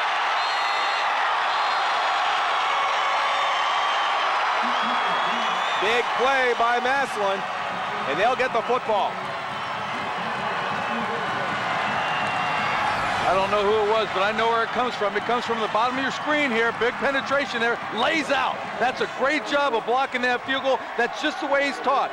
Attack it 2 or 3 yards in front and lay out. Oh, that's a big play. That's textbook. That's the way you block field goals.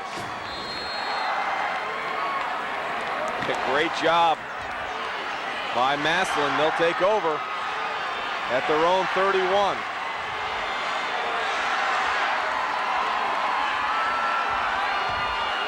.7:18 left to go here, third quarter. I think that was Danny Hune that blocked that field goal attempt. Partridge on the rollout, right side. Throw it behind his intended target, Justin Olak. Go back to the first quarter touchdown. Jake Ryman gets in and then has a couple of things to say to Johnny Duncan. You see the heated rivalry right there. Just remind him I'm here. In the end zone, I'm here. 2nd and 10 now as they send 2 wide receivers wide left. Olak to the right. Offset eye now. And off to Ryman. Nothing doing. Good job up front by the Bulldogs.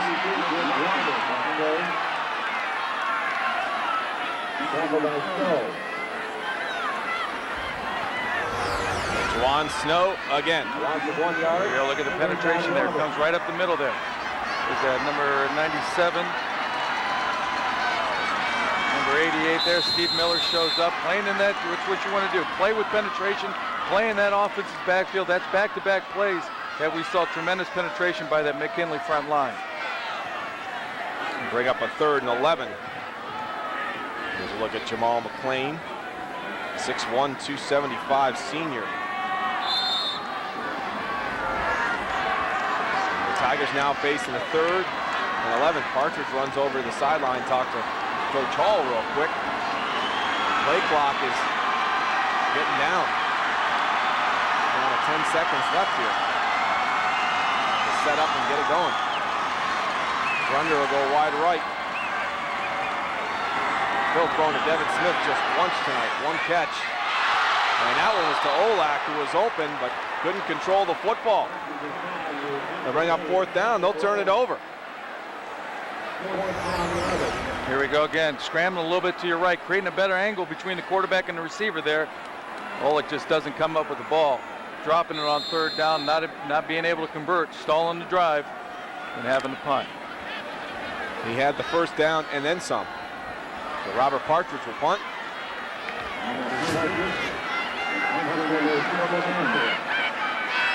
Bryce Wilder, Karen Montgomery will be back to receive this kick. This is going to be Wilder. It's all the way back inside his 30. Avoids 1 tackle, trying to get it to the outside. Stutter step. And then dragged along the sidelines and knocked out of bounds. Bryce Wilder on the return for Canton McKinley. 41 yards on the punt. We're going to take a timeout. 6:08 left to go here. 3rd quarter. 10-7 Tigers.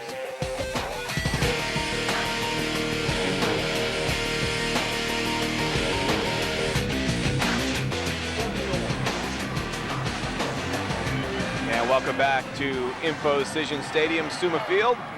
10-7, Massillon on top of McKinley, and what a gorgeous football facility this is. If you haven't had the chance to come up, watch a football game, you are missing out. It's a beautiful field. Berzanski on the straight drop, and he had Powell open, but Powell took his eyes off it. It looked like it, couldn't haul it in, but he was open. Yeah, play action off the play action. Hune gets caught short here. You got to turn and go, but boy, that ball's thrown right there to Powell on that, and you got to come up with that play. We've seen a number of drops by the receivers tonight. You got to come up with that play to really move the sticks, get that offense going, put some more points on the board. Just a missed opportunity. You'll hear coaches talk about missed opportunities. That's one of them. 6:01 left to go. Ogletree in motion. This will be Wilder to the left side. Wilder trying to bounce it out. Nothing doing there. As he is wrapped up and dropped, and we'll send it back down the sidelines to Katie. Hey, Mike Frank, but before the Bulldogs took the field, I had a chance to get in on their offensive line huddle, and the coaching staff, cool, calm, and collected, nothing but positive words, and he said, you guys are doing a great job of picking up on their blitzes, but you're having trouble with the zone. The problem is they're moving their feet, and you're not. Go out there and move your feet.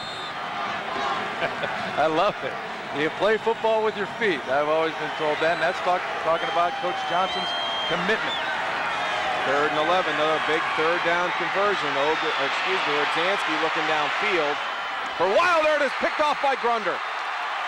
overthrew Bryce Wilder. Bo Grunder was there for his 9th interception of the year.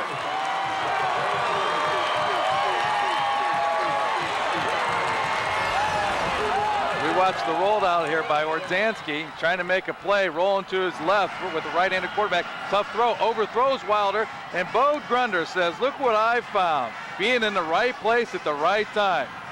Ball's just throwing high there. Grunder being in the right position again, coming up with the alert play. He really didn't anticipate that ball getting to him like that. But man, that's just a great pair of hands there by Grunder coming up with the INT. Well, if they're looking at Grunder over there on the sideline, looked like he might have hurt his ankle or his leg as he went down. His helmet goes flying off there on that play. Looks like somebody was taking a look at Bo. First turnover of the game, McKinley commits it. Talked about some of the keys McKinley can't do, and that's certainly one of them. Jamal McClain down on the turf for McKinley. It was Robinson's helmet that fell off for Massillon, so they'll take a look at Jamal McClain, 6'1", 275-pound senior. He's telling the player, he's shaking, he's trying to shake it off. He's saying, you know, doesn't look like it's too severe. Certainly don't want to speculate from up here anytime a player's on the field like that, but he's trying to shake it off there. Just can't do it, can't get to his feet.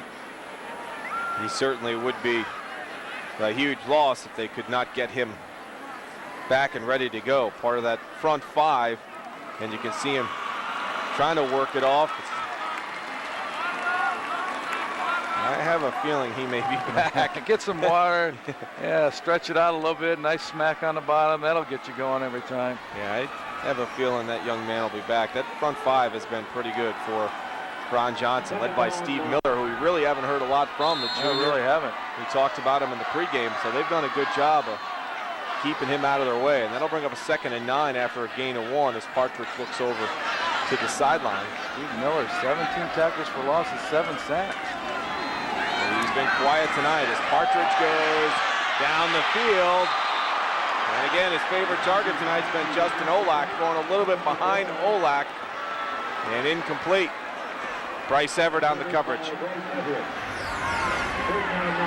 Okay, Olak does a great job coming back to the ball there. There's that Everett there. He just does a great job of sticking his hand in there, breaking that pass up. Great job by the defender. Olak almost comes up with the big play.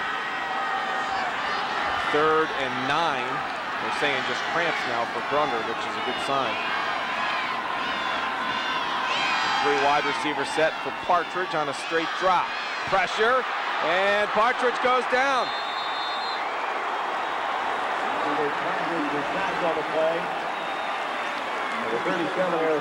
Eric Snow comes up with the sack and a loss of 15.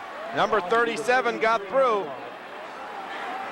Eric Snow comes up with a big play, just joining the team before the Massillon game at the end of the year, but he's an impact player there, and we see it on the pass rush. You know, it's one thing getting to the quarterback, it's the other thing getting him down, and he accomplishes both. Great job by Eric Snow. Eric Snow will force the punt.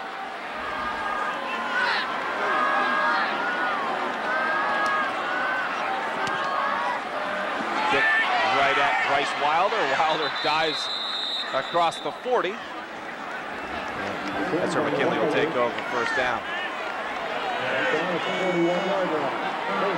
Well, 2010 Indians opening day tickets and 6-pack ticket plans go on sale Monday at 10 a.m. You purchase a 6-pack plan and get a Yankees game ticket for free. Great deal. For more information, call 216-420-HITS or visit Indians.com. And we'll send it down to Katie Witham, who's got an injury update. Hey guys, yeah, I'm sitting over here on the McKinley sideline. Jamal McClain, it appears it's his left ankle, the outside of it. They're doing some strength tests and resistance tests on him right now, but if he can't go, that's a big loss for the Bulldogs. It sure is. Thank you, Katie. A toss to the right side to Wilder. Picked up a couple on the play. 2nd and 8.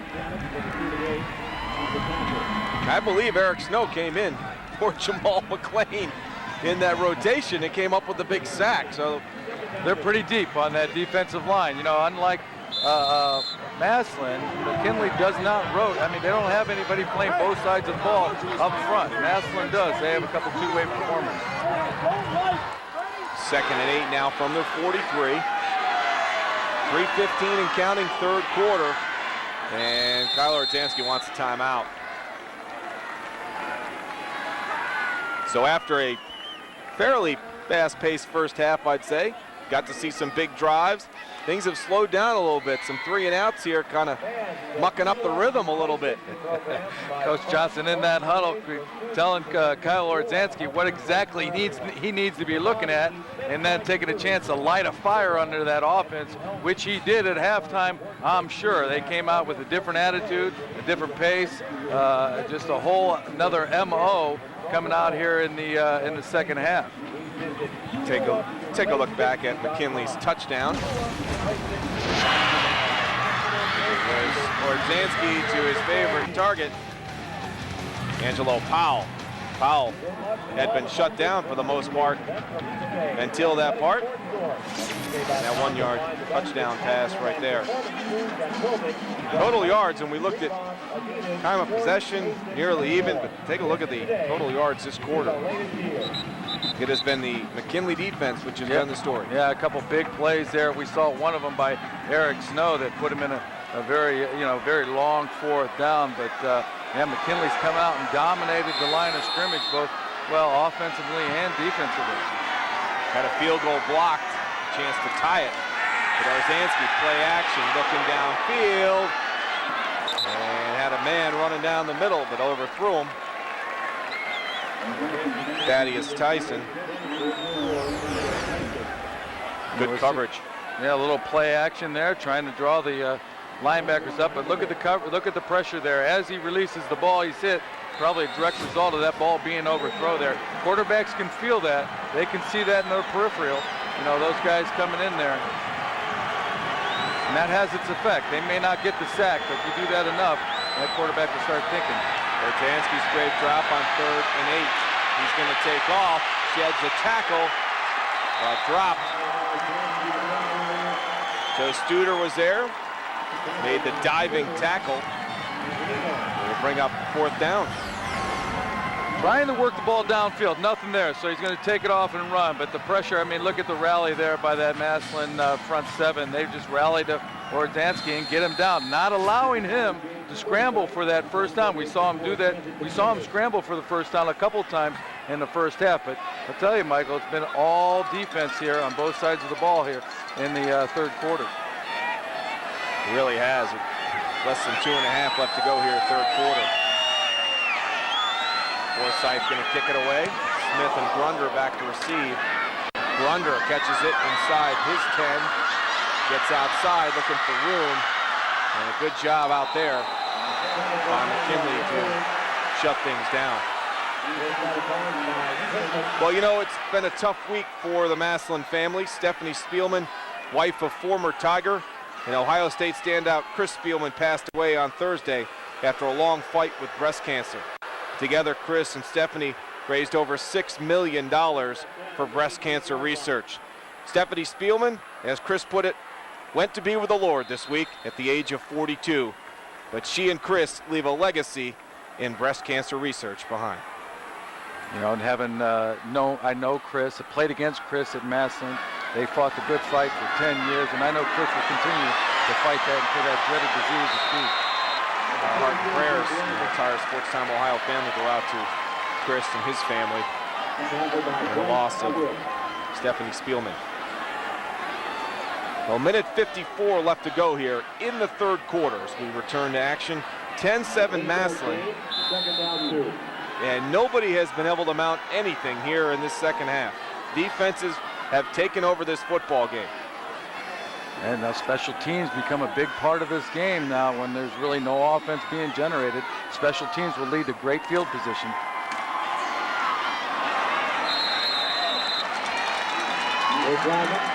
Inside, Hand off to Ryman, and we send it back down to Katie Whitley. Well, guys, Massillon Jr. Devin Smith, he is the creative guy out there with the ball. Head coach Jason Hall told me when he's watching film, he catches himself just watching him because he can do so many amazing things. Mike, you mentioned it. 1 catch tonight for 5 yards. In the last McKinley game, only 2 catches. Coach says they picked up on that, and basically, to get him the ball tonight, they need to put him in motion or in the slot to create separation. Frank, as the former pro, I ask you, have you seen that?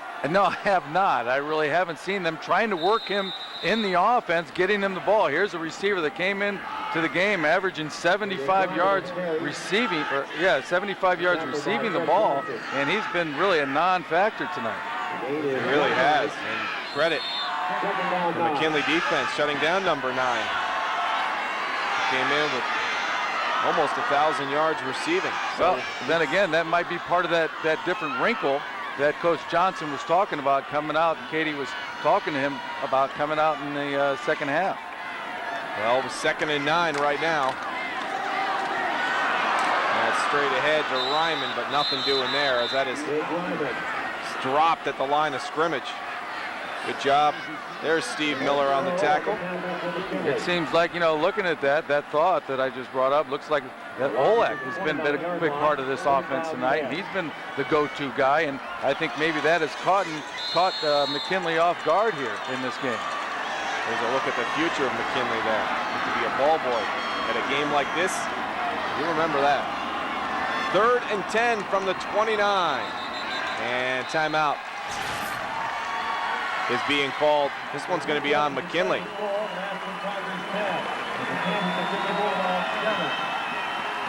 I know it's going to say the quarter ended as well. So the quarter comes to an end.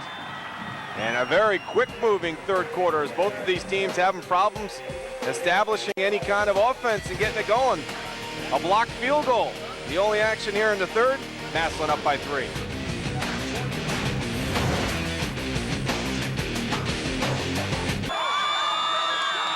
Welcome back to Infocision Stadium, Suma Field. We look at the McKinley faithful and the Massillon faithful. I expected 20,000 here tonight, and well, they're pretty darn close as far as attendance. We don't have a figure yet, but they jam-packed them in. It's a beautiful night. We talked about the Indians opener earlier. The Indians would take this on opening day. Oh yeah, for sure. Partridge calls his own number on 3rd and 10, tried to get to the outside, and nothing doing there. Gillum is there on the tackle.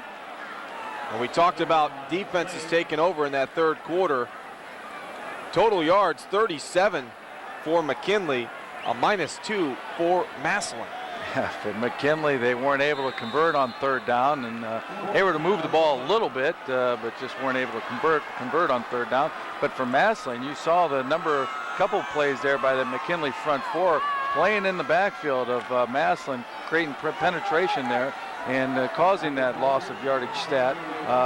Really came out and doing a much better job in the second half. We never saw that in the first half. A Partridge will punt. Wilder and Montgomery back to receive. This is going to be Wilder to Sturdy. Has a hole down the sideline, 50, and knocked out of bounds in Tiger territory. Quick burst there from Bryce Wilder. Great field position for McKinley. 28 yards on the return. Bryce Wilder gets the edge, gets a nice block there. We talked about special teams creating field position, and this is it. This is a perfect example of getting that ball across the 50 into Massillon territory where you got great field position and your chances of scoring are much greater. So after the 28-yard return, they're in Tiger territory. You can hear the McKinley fans. They are starting to get into it. First possession of the 4th quarter at the Tiger 46. Wilder, inside spin, and gets down to the 40-yard line. Nothing fancy about that. I formation, straight ahead and running. Here's a look at the crowd tonight. And what a gorgeous stadium this really is. Talking to Tom Wistersill last night with the University of Akron. They're very proud to be hosting these playoff games and looking forward to next week's game. So are we. You'll be able to see that game live here on Sports Time Ohio. Wilder bounces it outside, 1st down and more, and a sure tackle away from a touchdown. Aaron White out there on the tackle, and he saved a touchdown, 14. Wilder getting up in that hole, and then look at the change of direction there. Great balance, keeping his shoulder square to the line of scrimmage, making that cut. Here we see again. Man, getting up in there, then bouncing it. Look at the vision. Great vision. All running backs have great vision, coming up with a big play. 1st and 10 now, 27. Toss, Wilder looking for room, nothing doing there. Cuts it back up. Picked up a couple, bring up 2nd down. Now the momentum has swung back to McKinley. They got something going here. Under 10 minutes to go in the ballgame.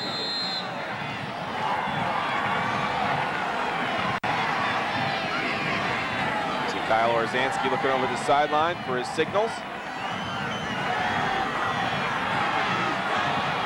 And they'll operate out of the shotgun in the 2nd and 7. 2 wide receivers split. Going to the left side for Powell, and nearly picked off. Seth Nolbach was there, but Nolbach couldn't get it to go. He had it right in his hands. Watch this. Orzansky get there. Great read by Seth Nolbach on that. Almost comes up with a pick there. The tip drill is in effect. Watch this. He gets a great read on Orzansky. Almost comes away with the pick there. He'd had plenty of room to run with that ball. Yeah, look who's at the tail end of that one.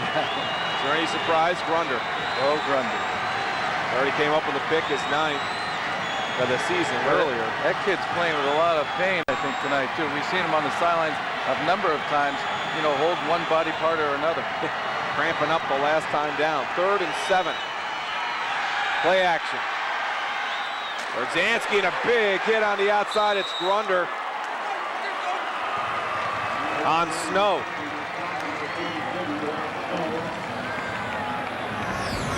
You can hear that up here. Here we go. Great break on the ball by Grunder there. Really, look at that. Keeping his head up when he's making contact on that. That's the way you do it. Punishing the ball carriers, punishing the receivers. We talked about him being a football player on both sides of the ball. Defensively, I think he excels from his safety position, but he is a punishing tackler, and he is that leader on defense. Now it's a 4th and 5. Be a 40-yard field goal. Orzansky going over the middle for Powell, and it is picked off.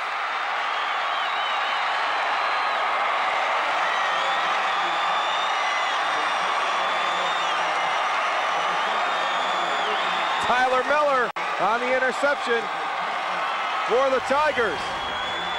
Here we go. Watch the catch-up speed by Tyler Miller. He was beat, but he shows up. Once that ball's in the air, he shows up and makes a great play in the end zone. Here we get another look at it again. Maybe a little bit too much float on the ball, but Tyler Miller really shows that catch-up speed and comes up with a big pick there in the end zone. Now, having said all that, I know that the pick is a great thing and it's exciting, but you know what? You might have been better off just batting that ball down. You might have picked up about 7-8 more yards. 1st and 10. 8:37. 10-7 lead for Massillon. Lyman. Short gain. Now close to the 25. Bring up 2nd down. The clock will start to become an ally to Massillon. And you see Tyler Miller. He's waiting for the next play. He can't wait to get back in there. Interception. You mentioned the clock. Massillon, again, we saw this in the first half. They are going to control the pace and work that clock. 5th interception of the year for Miller. Try to set up that bubble screen again to Justin Olak. Nothing doing there, and we send it back down to Katie. Hey guys, I'm over here on the Massillon sideline, and right before the Tigers offense took the field, Rob Partridge looked a little shook up over here on the sideline. A couple coaches came over to him. They said, relax, take a deep breath, just like in practice, one step at a time. This is the guy that's the leader out there for him. But guys, this isn't just any other game. Not only is it the McKinley-Massillon game, but it's for the regional championship. I think that pick was exactly what he needed to get things going for him. He started out so hot, 8 for 9 from the start. He's rolling out to the right side, fires a shot. And he has Tyler Allman. And Allman's out close to a 1st down. Well, Katie, they talk about poise in a quarterback. That's what the coaches want him to demonstrate, poise. Here we see a little rollout again, creating a better angle for that quarterback on the throw. Throws a bullet. Nice throw there, good completion. That a way to move the sticks. But getting back to what you saw, they want him to show poise out there. He commands that offense, and those guys feed off him. If he's relaxed and confident, the rest of those guys out there will be relaxed and confident. Officials are meeting down at the bottom of your screen after that completion. It would be a 4th and 1 where the ball is spotted. And I think they're talking about the spot of the football. Of course, one coach likes a spot and the other one doesn't. It's just the way it is. Yeah, well, I know Ron Johnson's working those officials over there by his sidelines. He definitely doesn't like that spot. It looks like the nose of the football is shy of the 30, which would make it short of a first down. That's from where we are. You're going to get the first-hand look sitting in the armchair yourself. And it's that short. 4th and inches. See what big decision for Coach Hall here. I think you got to punt it away. Certainly don't want to give McKinley that short field. If something were to happen, a fumbled snap, anything could go wrong. Maybe try to draw him offside.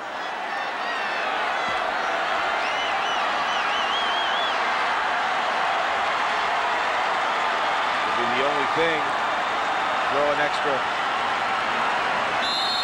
emphasis in your cadence. I believe you're right, Mike. I mean, he's going to try to do something there, draw that McKinley team off.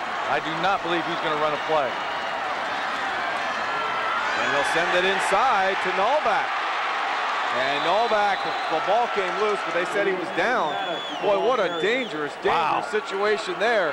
Coach Hall going for the first down. Wow, yeah, I don't have to ask him if he thought Bill Belichick was right the other week on Monday Night Football. He goes for it in his own territory. You know, only up 3 points here. 4th and inches, that is a big gutsy play. Great call. It's Clayton Maddox on the carry. The clock continues to move inside 7 minutes now. High formation.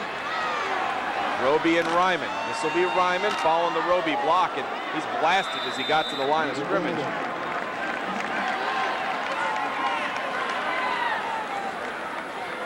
And Mr. Miller. Man, look at the hitting going on there. Wow. You can tell those are great hits when how fast that runner gets to the ground, and he was there in a hurry. 2nd and 8. Partridge, the offensive unit, looking over to the sideline, checking the wristband. Looking that clock down, that play clock, 10, 9, 8. He's got his eyes on that clock. Right side, Ryman cuts back, first down and more. Ryman still on his feet, out close to the 50. Big pickup on 2nd and 8 for Jake Ryman. Pick up a 16. Wow, great job by this offensive line, not only blocking at the point of attack, but downfield as well. Look at that big hole. Good vision there, cutting the ball back for Ryan, picking up the big 16-yard gain. But I'll tell you, with every first down now, look at taking another 2 minutes off that clock. You're going to see run, and then maybe, depending on the situation, might go for it. But they are certainly working that clock, and they are in the catbird seat. 20 carries, 82 yards, a touchdown.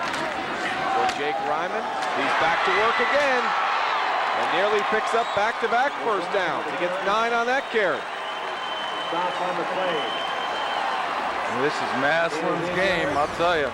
Here we go again. Watch that offensive line. It's all on them right now. You got to be able, when you got the lead, you got to be able to finish the game with the run, and that's what they're doing here. Big power attack. All right, they're digging in, controlling the line of scrimmage, and giving nice holes for Jake Ryman to run through. Omoyeda Gonzalez on the tackle for the Bulldogs. 2nd and 2, picked up 8 on the McKinley 42.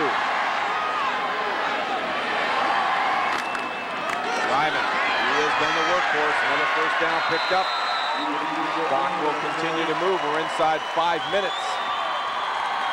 And we'll stop briefly to move the chains. Wow, great job by Coach Jason Hall, executing his game plan tonight, controlling the ball with the short pass, running the ball effectively. We're seeing it here. And I'll tell you, just keeping the score down low, winning the game. Well, I mean, that's premature. I'm not going to go down that road. But keeping that score down low here and now finishing the game with the run. 4.5 left to go. Backing it in, running the football.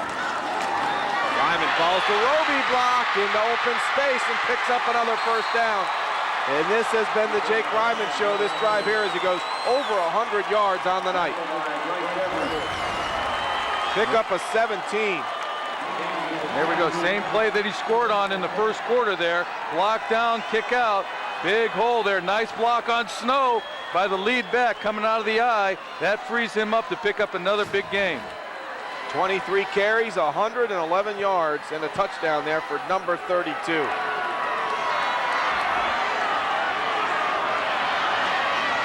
First and 10 from the 22 now.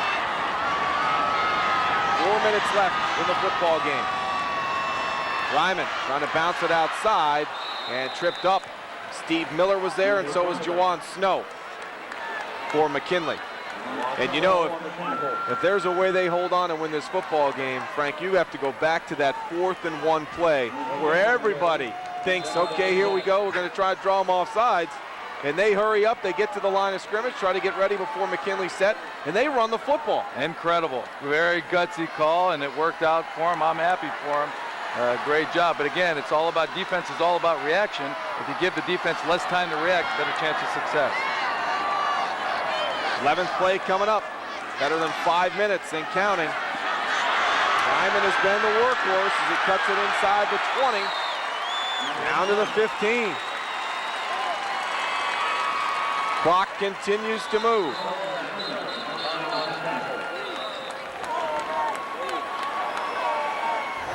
Clock stop, whistle down on the field. Here we go, get a look at zone blocking up front with the lead blocker there. Another nice block on Snow. Downfield, but now Hune, number 45, gets a nice block again. Frees up Ryman to pick up some good yardage there on second down. And man, they're getting on their blocks, Mike, and they're staying on them. And that's given those creases there for Ryman to run through. Inside 3 minutes. 3rd and 4 from the McKinley 16. Olak split wide left. High formation, Roby and Ryman in the backfield for Robert Partridge under center. Ryman follows Roby over the left side, picks up the first down.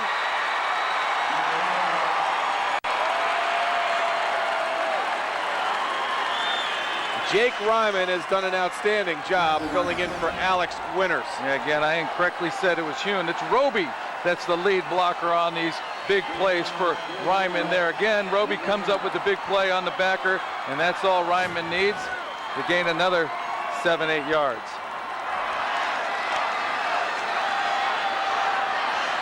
It's like he's going to buy those guys all Big Macs up front after the game. You see his stats on the night. First and goal from the 9.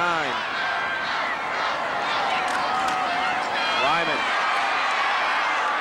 inches closer to the 5.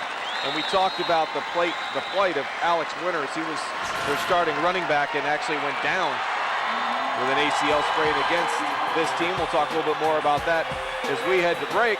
2:05 left to go. Timeout on the field. It's 10-7, but the Tigers are driving.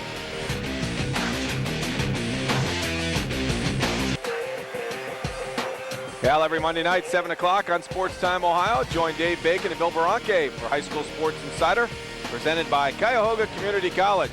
They'll get you up to date on the high school football playoffs, along with features on local high school athletes. High School Sports Insider, Monday nights at 7, only on Sports Time Ohio. There's a look at the drive. The winner of this game gets the winner of Glenville and Solon. An update from that game, Solon has come back. It's 28-27. Wow, what a surprise in that game. I thought that certainly the odds-on favorite was Glenville with all that speed and offense. What a great job throwing for him. 74 yards in the drive, most of them to number 32, who's got the football right now. And no, he doesn't. Robert Partridge fakes it, dive for the end zone, and he's going to be short. Even faked me out up here. And they're going to talk about, did he get it? They're talking it over right now. Trying to figure out where his knee touched.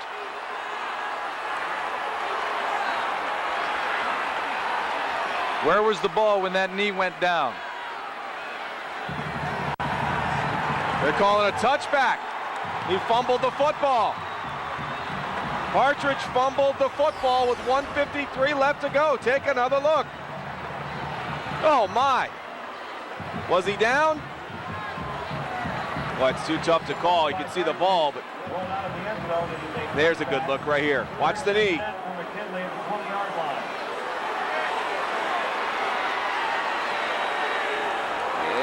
That ball's out. Good call by that official. Great replay by our guys in the truck. Great job by our camera guys. Nice job, fellas. 1:53 left to go. A chance for Orzansky. Over the middle. Has a man. First down. Alex Parton with the catch. 15 yards on the catch.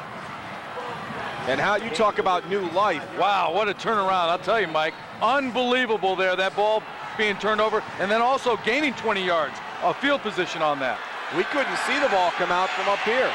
Orzansky to Powell.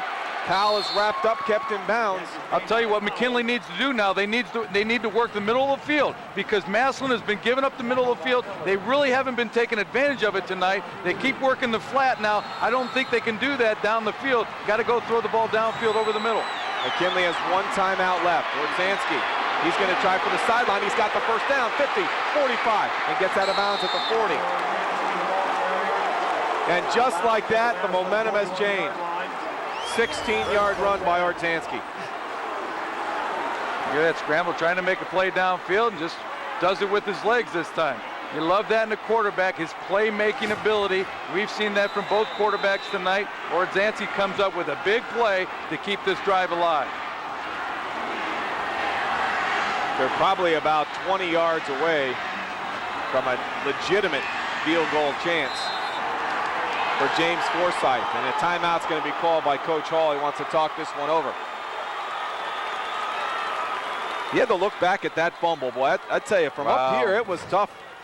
It was real tough to see as he went to the far side of the end zone. But they made the right call. Let's take another look, as this could be a game changer right here. Watch the knee. He's stretching it out, trying to get it across the goal line. Was the knee down before the ball came out?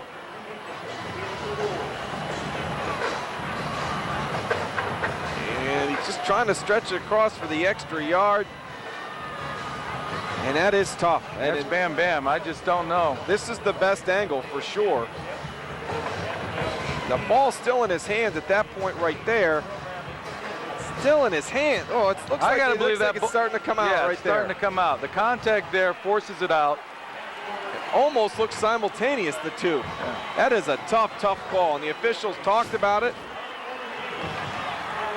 And the McKinley players went running to the sideline in anticipation that it was a fumble. Boy, how quickly things can change. McKinley with one timeout here. A 1st and 10 from the 41.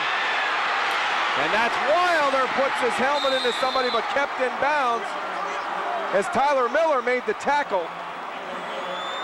First down, gain of 18. Clock will stop momentarily as they move the chains. And they are closing in field goal range here with 1:07 left to go. What a finish we have here. Orzansky in the flat for Powell. Miller in on the coverage. Off of Angelo Powell, out of bounds. Here we go, 1, 2, 3, trying to throw the ball in time. Timing there is a little bit off. All right, allows the receiver, through the receiver's hands, he's got to come up with that play. Powell knows it. See the disgust in his body language. Got a 39-yard field goal right now with 59 seconds left to go. This is Wilder on the inside give. Gets him closer. Well, what do you think, Frank? You start thinking field goals now? I was afraid you were going to ask me that. You run another inside handoff? You got one timeout left. I think you're going to maybe take a shot. What do we got? Third and short. You got third and medium. You might want to take a shot at the end zone here. You watch a quarterback run, that's for sure. But Orzansky, and is that one picked off? Tyler Miller got it. Sure is.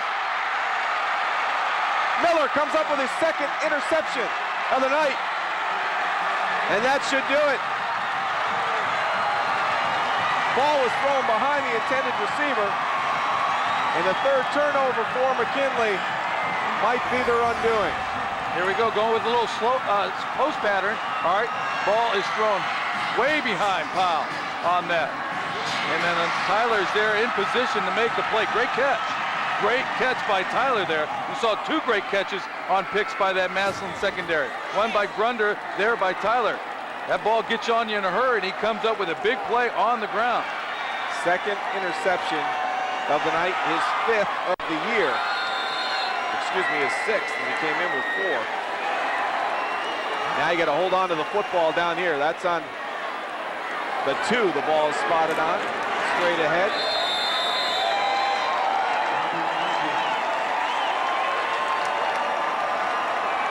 Bulldogs still with 1 timeout. Wow, what a finish. Now. Whoa, finish. And McKinley will take their final timeout. It will go against McKinley, just making sure that that's the way it's going to go with 19 seconds left to go. Yeah. How about the shifts in momentum we've just seen here within the last minute and 10 seconds? We had the fumble by Partridge going in for what looked like was the nail in the coffin, and then all of a sudden, here comes McKinley all the way downfield. You're thinking they're a play away from possibly at least maybe a tying field goal, and we're thinking overtime. Orzansky goes for his favorite target, and Powell, bad throw. It got my heart racing. I'll tell you, Mike, you saw a turnover on the 1 yard line down here, and then a turnover back over here with, a minute later on the 3 yard line of Massillon. Just a turnaround of events. I mean, a shift in momentum. Great rivalry. You talked about, will we see another finish like we did in 94, I believe it was? I think we have. They're going to bunch them in, no timeouts left. And that will be the final play of the football game. And the Massillon Tigers are moving on to the state semifinal. And they might as well get comfortable. They'll be right back here next Saturday night to take on the winner of Glenville and Solar. What a ball game. Yeah, we talked about the keys to the game, going in, McKinley slowed that McKinley offense down, and Massillon did that, holding them to 7 points where this team was just on fire coming into it. And then, of course, McKinley couldn't afford the turnovers, and they had a few tonight that really put them, out of reach of this game. Yeah, it really was. It was an incredible finish.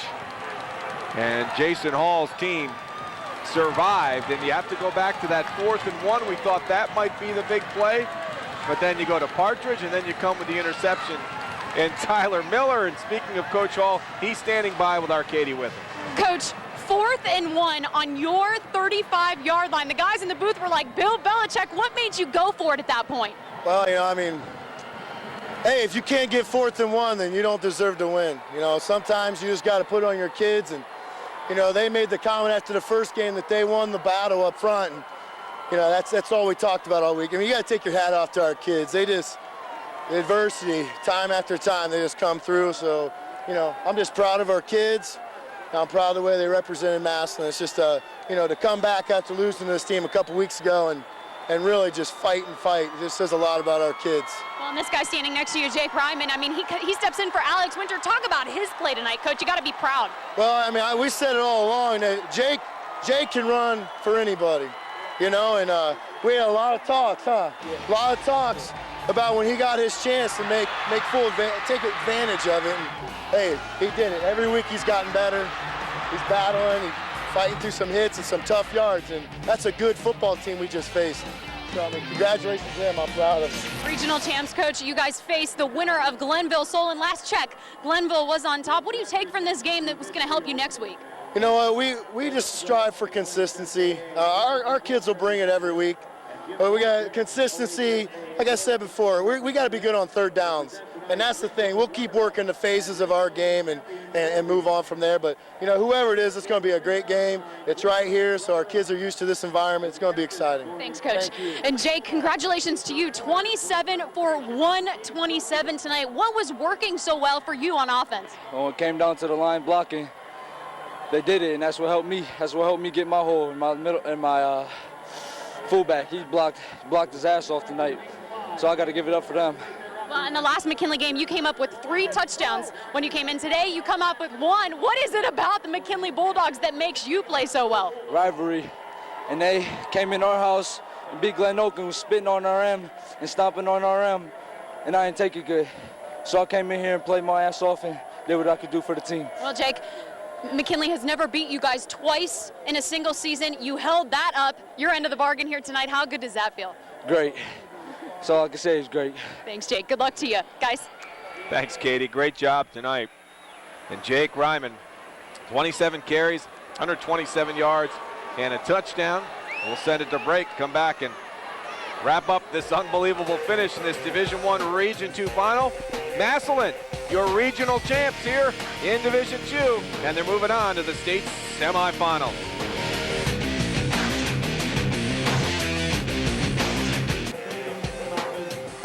Here's a look at the regional championship trophy. The Massillon Tigers are the regional champs, moving on to the state Final Four in Division I. Welcome back to Infocision Stadium, Suma Field. Mike Aarons, Frank Stams, and Katie Witham for the Farmers Insurance post-game report. As you can take a look at the Tigers giving the high fives to the Tiger faithful. And we'll take a look at the Taco Bell plays of the game, because there were a couple big plays down the stretch of this one, Frank.